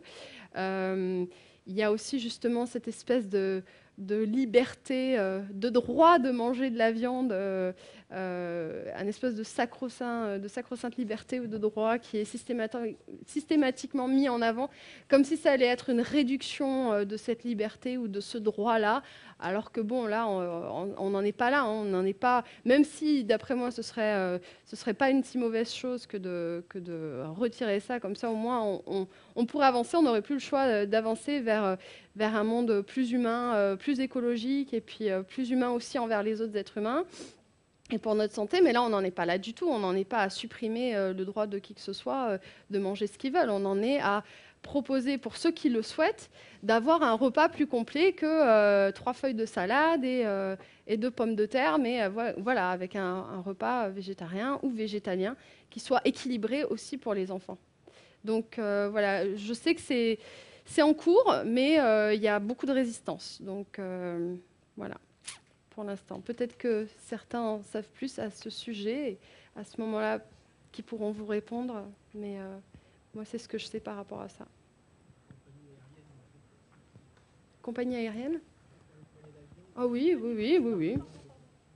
Attendez, on ne vous entend pas, monsieur Copsé. Les compagnies aériennes ont bien adopté les repas végétariens. Oui, complètement. Oui, végétarien, végétalien, tout ce qu'on veut, ça, c'est proposé par les compagnies maintenant. Même dans les prisons, certaines prisons, il y a justement le droit de pouvoir faire ses choix alimentaires, et aussi en fonction de la liberté des croyances et des convictions. On peut tout à fait se nourrir en vertu de ses convictions dans d'autres systèmes publics que dans les cantines scolaires, où il y a une espèce de boycott. Voilà. Conditionner les enfants à manger des produits carnés pour montrer que c'est quelque chose qui va de soi, alors que ce n'est pas du tout le cas. Attendez, je vous donne le micro, parce que comme c'est traduit, on ne nous entend pas. On le fait aussi avec la publicité. On a énormément de publicité pour les produits laitiers. Alors là, on se demande, à la limite, elle est mensongère, cette publicité. La dernière que j'ai vue récemment, c'est un monsieur qui propose de faire un bébé, et pour ça, il faut qu'il boive beaucoup de lait. C'est complètement débile, mais il n'y a aucune autorité qui veut réguler ce genre de mensonge. On a de la publicité pour la viande, on a de la publicité pour le lait, enfin pour un tas de choses. On n'a aucune publicité pour les végétariens. Non, mais encore une fois, c'est cette espèce de rapport de force quasiment tout puissant de l'agroalimentaire français, de l'exploitation animale versus... Parce qu'à une époque, on avait quand même de la publicité pour les cigarettes, on avait de la publicité pour l'alcool. On nous a dit, bon, c'est pas bon pour la santé, on vire la publicité pour les cigarettes, on vire la publicité pour l'alcool. Là, maintenant que l'OMS a mis le pavé dans la mare, on ne peut plus dire qu'on ne sait pas. Donc pourquoi on garde les publicités pour la viande, pour le lait, etc. Bon, on y viendra, je l'espère, hein, avoir aussi, par exemple, des messages avec... la viande tue, pourquoi pas, comme sur les papiers de cigarettes, que ce soit les animaux et aussi les êtres humains qui en abusent. Ça, maintenant, c'est prouvé, donc il n'y a plus de secret là-dessus. Mais... Bonjour. Juste pour rebondir sur ce qu'a dit Madame, alors maintenant, est-ce que je ne suis pas utopique en tant que végane, mais je me dis peut-être que s'il y a autant de publicité justement sur les produits laitiers, etc., que finalement, il n'y avait pas autant, et voire pas du tout, il y a encore quelques années. Est-ce que ça ne serait pas justement, parce que justement, ils sont en perte de vitesse à cause de toute l'ombre qu'on leur fait. Donc voilà, maintenant, c'est peut-être moi qui vois la vie en rose, je ne sais pas. Mais non, je pense que c'est réel. Enfin là, c'est mon point de vue personnel, hein, pas en tant qu'expert juridique ou quoi que ce soit. C'est aussi ce que je ressens, c'est qu'il y a une réaction, c'est action-réaction. Il y a vraiment une réaction. C'est comme on l'a vu pour la corrida lorsqu'elle a été légalement protégée, là pour le coup, ou même pour le foie gras. Lorsqu'en 2005, le foie gras a été inscrit au patrimoine culturel immatériel français, est-ce qu'on a protégé le pruneau d'Agen ? Non. On n'a pas protégé le pruneau d'Agen. On a protégé le foie gras parce que tous les pays européens et même en Californie commençaient à interdire la production, voire la commercialisation du foie gras. Donc il y a des interdictions européennes de production, de gavage pour la production du foie gras. Nous, on arrive à contourner ça justement en disant que voilà, comme c'est le patrimoine culturel et qu'il y a une exception européenne pour tout ce qui est justement tradition, patrimoine culturel, etc. Donc, on a protégé le foie gras comme ça. Hop, oh, c'est intouchable, c'est protégé par la loi. Mais ça n'aurait pas eu lieu si il n'y avait pas eu les menaces. Et pareil pour la corrida, lorsqu'on ça a été inscrit au patrimoine culturel immatériel, ça a été juste après l'interdiction de la corrida en Catalogne. Donc ça a été encore une fois action-réaction. Bon, il faut protéger ça dardard par la loi avant que ce soit vraiment trop menacé. Et je pense que tout à fait par rapport à ces publicités, je le ressens aussi comme ça. Il y a une demande croissante pour les produits végétariens, végétaliens.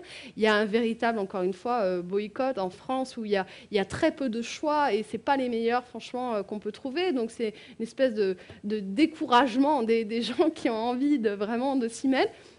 Comparé à d'autres pays comme la Suisse ou même l'Espagne, hein, sans aller trop loin, hein, je veux dire, il y a des restos super délicieux avec plein de choix dans les magasins, même aux États-Unis, dont je reviens, dans les supermarchés, on va dire classiques, hein, normaux, il y a des rayons complets avec des protéines végétales, tout ce qu'on veut, de plein de sortes, plein de goûts, c'est super attractif, c'est super bon, mais ça, pour l'instant en France, dans les supermarchés classiques, on a le tofu Bjork blanc, pas bon du tout.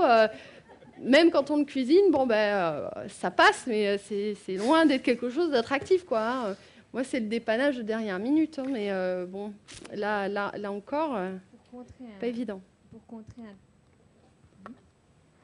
Pour contrer un témoignage, je suis désolée pour lui, d'Aymeric Caron, qui avait dit que non, c'est pas si difficile à vivre d'être, alors lui végétarien ou végétalien, peu importe, que c'est pas si difficile à vivre maintenant par rapport à avant. À Paris, peut-être, mais je peux vous garantir qu'en province, c'est raide. Hein. Alors moi, en tant que végane, en plus, je suis totalement exclue. Un resto, c'est pas la peine d'y songer. La façon dont on me regarde, ce qu'on peut me dire, l'agression aussi verbale, parce que physique, faut pas pousser, parce que là, je rétorque, mais verbale, maintenant, je m'en fiche. Mais les agressions, oui. Et les raisons fallacieuses qu'on peut vous donner, oh mais vous allez avoir des carences, et puis essayer de culpabiliser aussi. Alors que moi, non, en fait, on essaye de culpabiliser parce qu'eux se sentent coupables. Mais moi, ça va bien. Au contraire, j'étais en beaucoup plus mauvaise santé, ça je tiens aussi à le dire, que manger tout ce qui est produits animaux nuit à la santé. J'ai eu des tas de problèmes ORL quand j'étais jeune. Et tout ça dû à une allergie à gluten, œuf, lactose. Et depuis que j'ai évincé tout ça et que je suis passée végétalienne et ensuite j'ai évolué, donc maintenant végane, j'ai plus du tout, j'ai plus un rhume, j'ai plus rien. Et au niveau de bilan sanguin, ça ne ferait pas dire beaucoup. Donc je vous encourage tous à changer d'alimentation, franchement. Oui. Juste pour rebondir rapidement sur en province, moi j'habite à Montpellier, donc voilà, il y a un resto végétarien depuis la nuit des temps. Enfin, ça fait très longtemps. Mais moi je suis à Strasbourg, alors entre le foie gras et la choucroute. Ce que je veux dire par là, c'est que, parce que ce que j'ai envie de dire, c'est que j'ai pas envie non plus qu'ici on passe le message comme quoi c'est super difficile, etc. Même si c'est vrai que c'est pas facile, et justement par rapport à d'autres pays, en France c'est d'autant plus difficile qu'il y a justement cette espèce aussi de végéphobie un peu ambiante. Malgré tout, si on le veut, on le peut. D'ailleurs, on en est la preuve vivante. On le peut, donc c'est pas à dire non plus. Voilà, c'est tout à fait possible. Après, c'est sûr qu'on va moins manger dehors qu'à la maison, on va sans doute plus cuisiner qu'avant. Voilà, ça c'est sûr. Par contre, ce qui est vrai aussi, c'est qu'on peut trouver où on veut si on se dépatouille. Après, voilà, on est tous en mesure de trouver à manger partout. Voilà. Après, c'est juste que c'est peut-être moins affriolant que dans certains restos en Suisse ou dans des pays comme aux États-Unis, en Californie, où ça grouille de choix, de bonnes choses, exactement pareil que ce qu'on mangerait habituellement, finalement, où il n'y a pas cette espèce de marginalisation du fait d'être végétalien, où c'est totalement non seulement accepté, mais bien vu, comme justement plutôt un exemple à suivre que comme une différence non acceptée, voire dénigrée, et où il y a justement, c'est très encouragé, donc il y a beaucoup de choix. C'est bienvenu aussi de véganiser ses repas, alors qu'en France, selon là où on tombe, on n'est pas forcément bien vu. Donc voilà. Après, c'est tout à fait possible. On peut trouver partout. Oui, bien sûr. Non, mais c'est pas facile. Mais si on le veut et on a toutes les bonnes raisons de le vouloir, on le peut. Voilà. Ça, c'est sûr aussi. On va prendre May I add also something? Je pourrais ajouter quelque chose, si je puis. En effet, c'est vrai que du fait de la force de l'industrie de la viande, de sa force financière, il y a beaucoup de publicités qui vous incitent à manger des produits carnés. Malgré tout cela, il est vrai qu'on voit dans un certain nombre de pays, dans le reste du monde en particulier, que l'alimentation végétarienne et végane devient de plus en plus importante. Aux Pays-Bas, en particulier, au cours des 2 années passées, le concept de véganisme est de plus en plus accepté. C'est beaucoup plus facile d'aller dans un pays, dans un restaurant normal et de demander un menu végane sans qu'on vous regarde comme un extraterrestre. Et ça atteint un certain, quand ça atteint un certain seuil, cette option devient un marché et vous commencez à voir des publicités pour cela parce qu'il y a une audience et plus grande, plus de consommateurs. Donc les alternatives à la viande existent. Les gens commencent à se dire oui, ok, je peux manger de la viande, mais peut-être que je pourrais devenir végétarien certains jours de la semaine. C'est plus facile de trouver des remplacements à la viande. Et donc ce marché se développe de plus en plus réellement dans un certain nombre de pays. Et malgré le fait que la France soit si unique, je dirais que la France n'est pas complètement isolée du reste du monde. Et il y a, par exemple, de plus en plus de touristes qui viennent en France, qui sont des végétariens, qui sont de plus en plus nombreux, qui demandent des repas, des options végétariennes de plus en plus dans les restaurants. Et j'ai un exemple très parlant, pas tellement sur la cuisine, mais sur l'utilisation d'animaux sauvages un de mes collègues va toujours sur un site français, un camping en France. En été, il y a cet énorme camping en France où il va. Ce camping invite un cirque.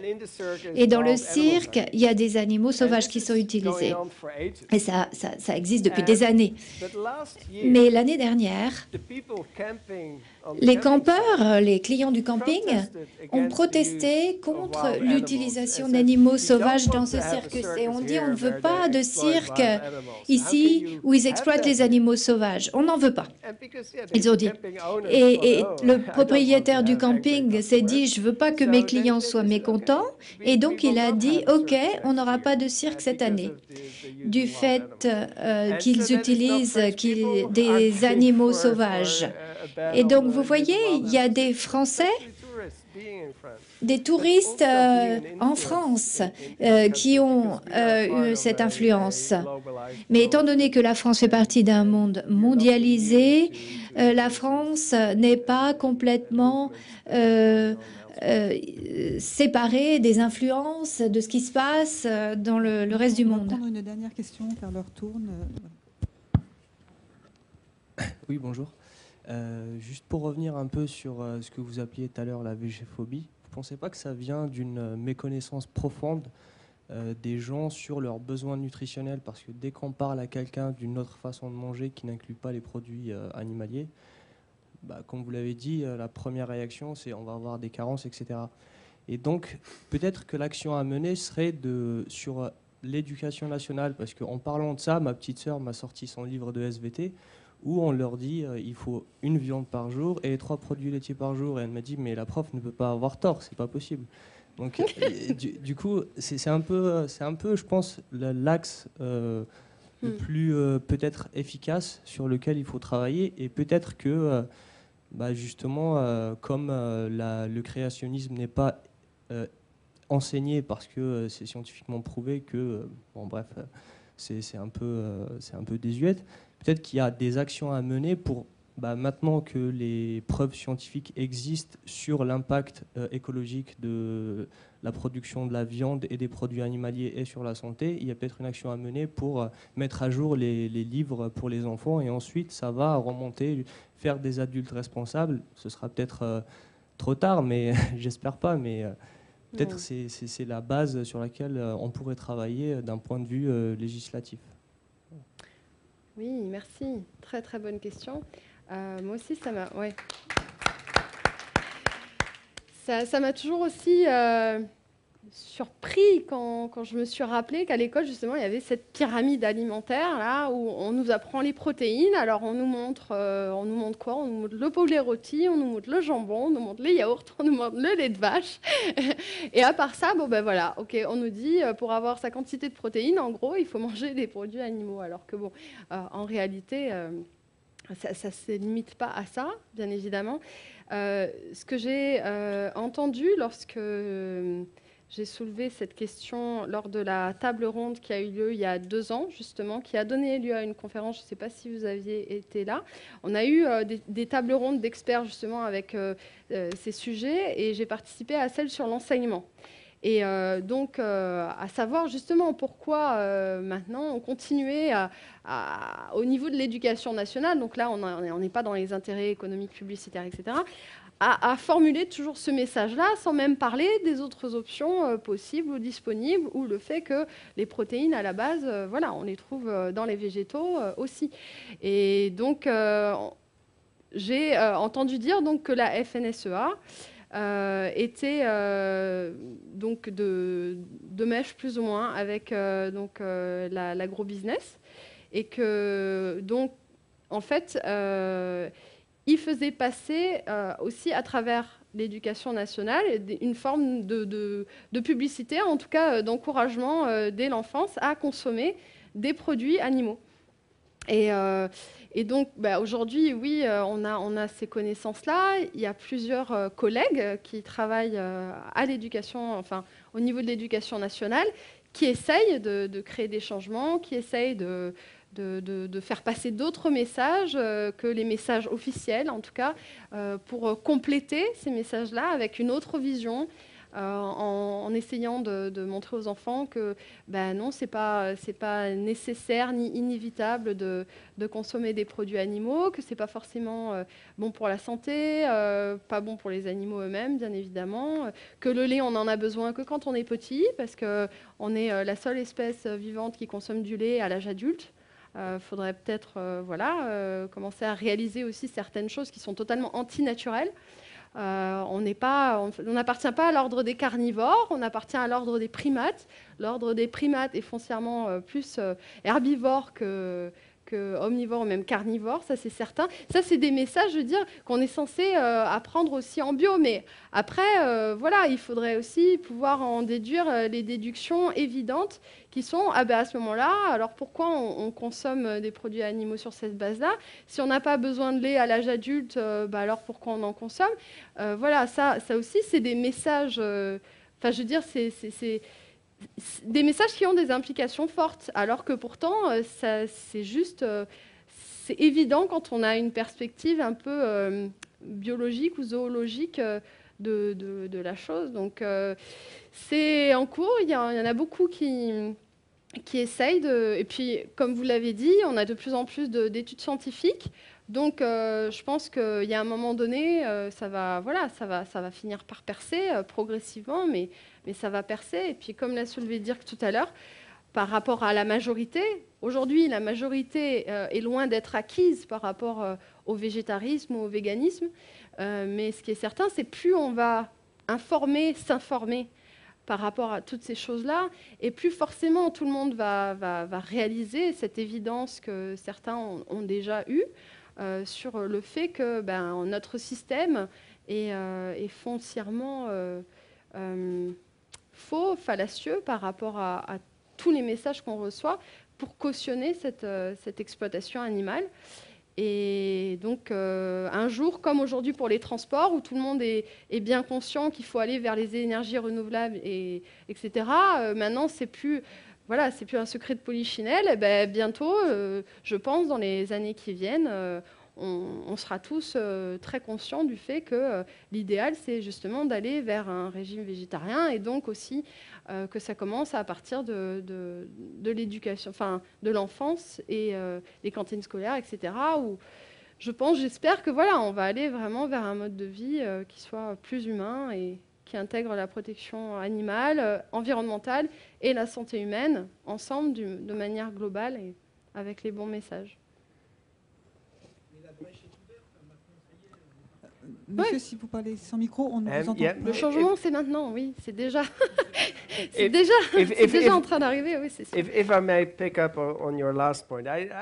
Je voudrais rebondir sur votre dernier point. Je suis assez optimiste et je pense qu'on va évoluer dans la bonne direction, en effet, parce que les recommandations en matière de régime alimentaire étaient dans le passé complètement basées sur les recherches sur la santé et sur un point de vue, l'aspect nutritionniste. Mais de plus en plus, il y a une prise de conscience que penser uniquement dans le silo de la santé n'est pas acceptable. C'est-à-dire qu'il faut se placer dans un cadre de durabilité. Cette année, les Nations Unies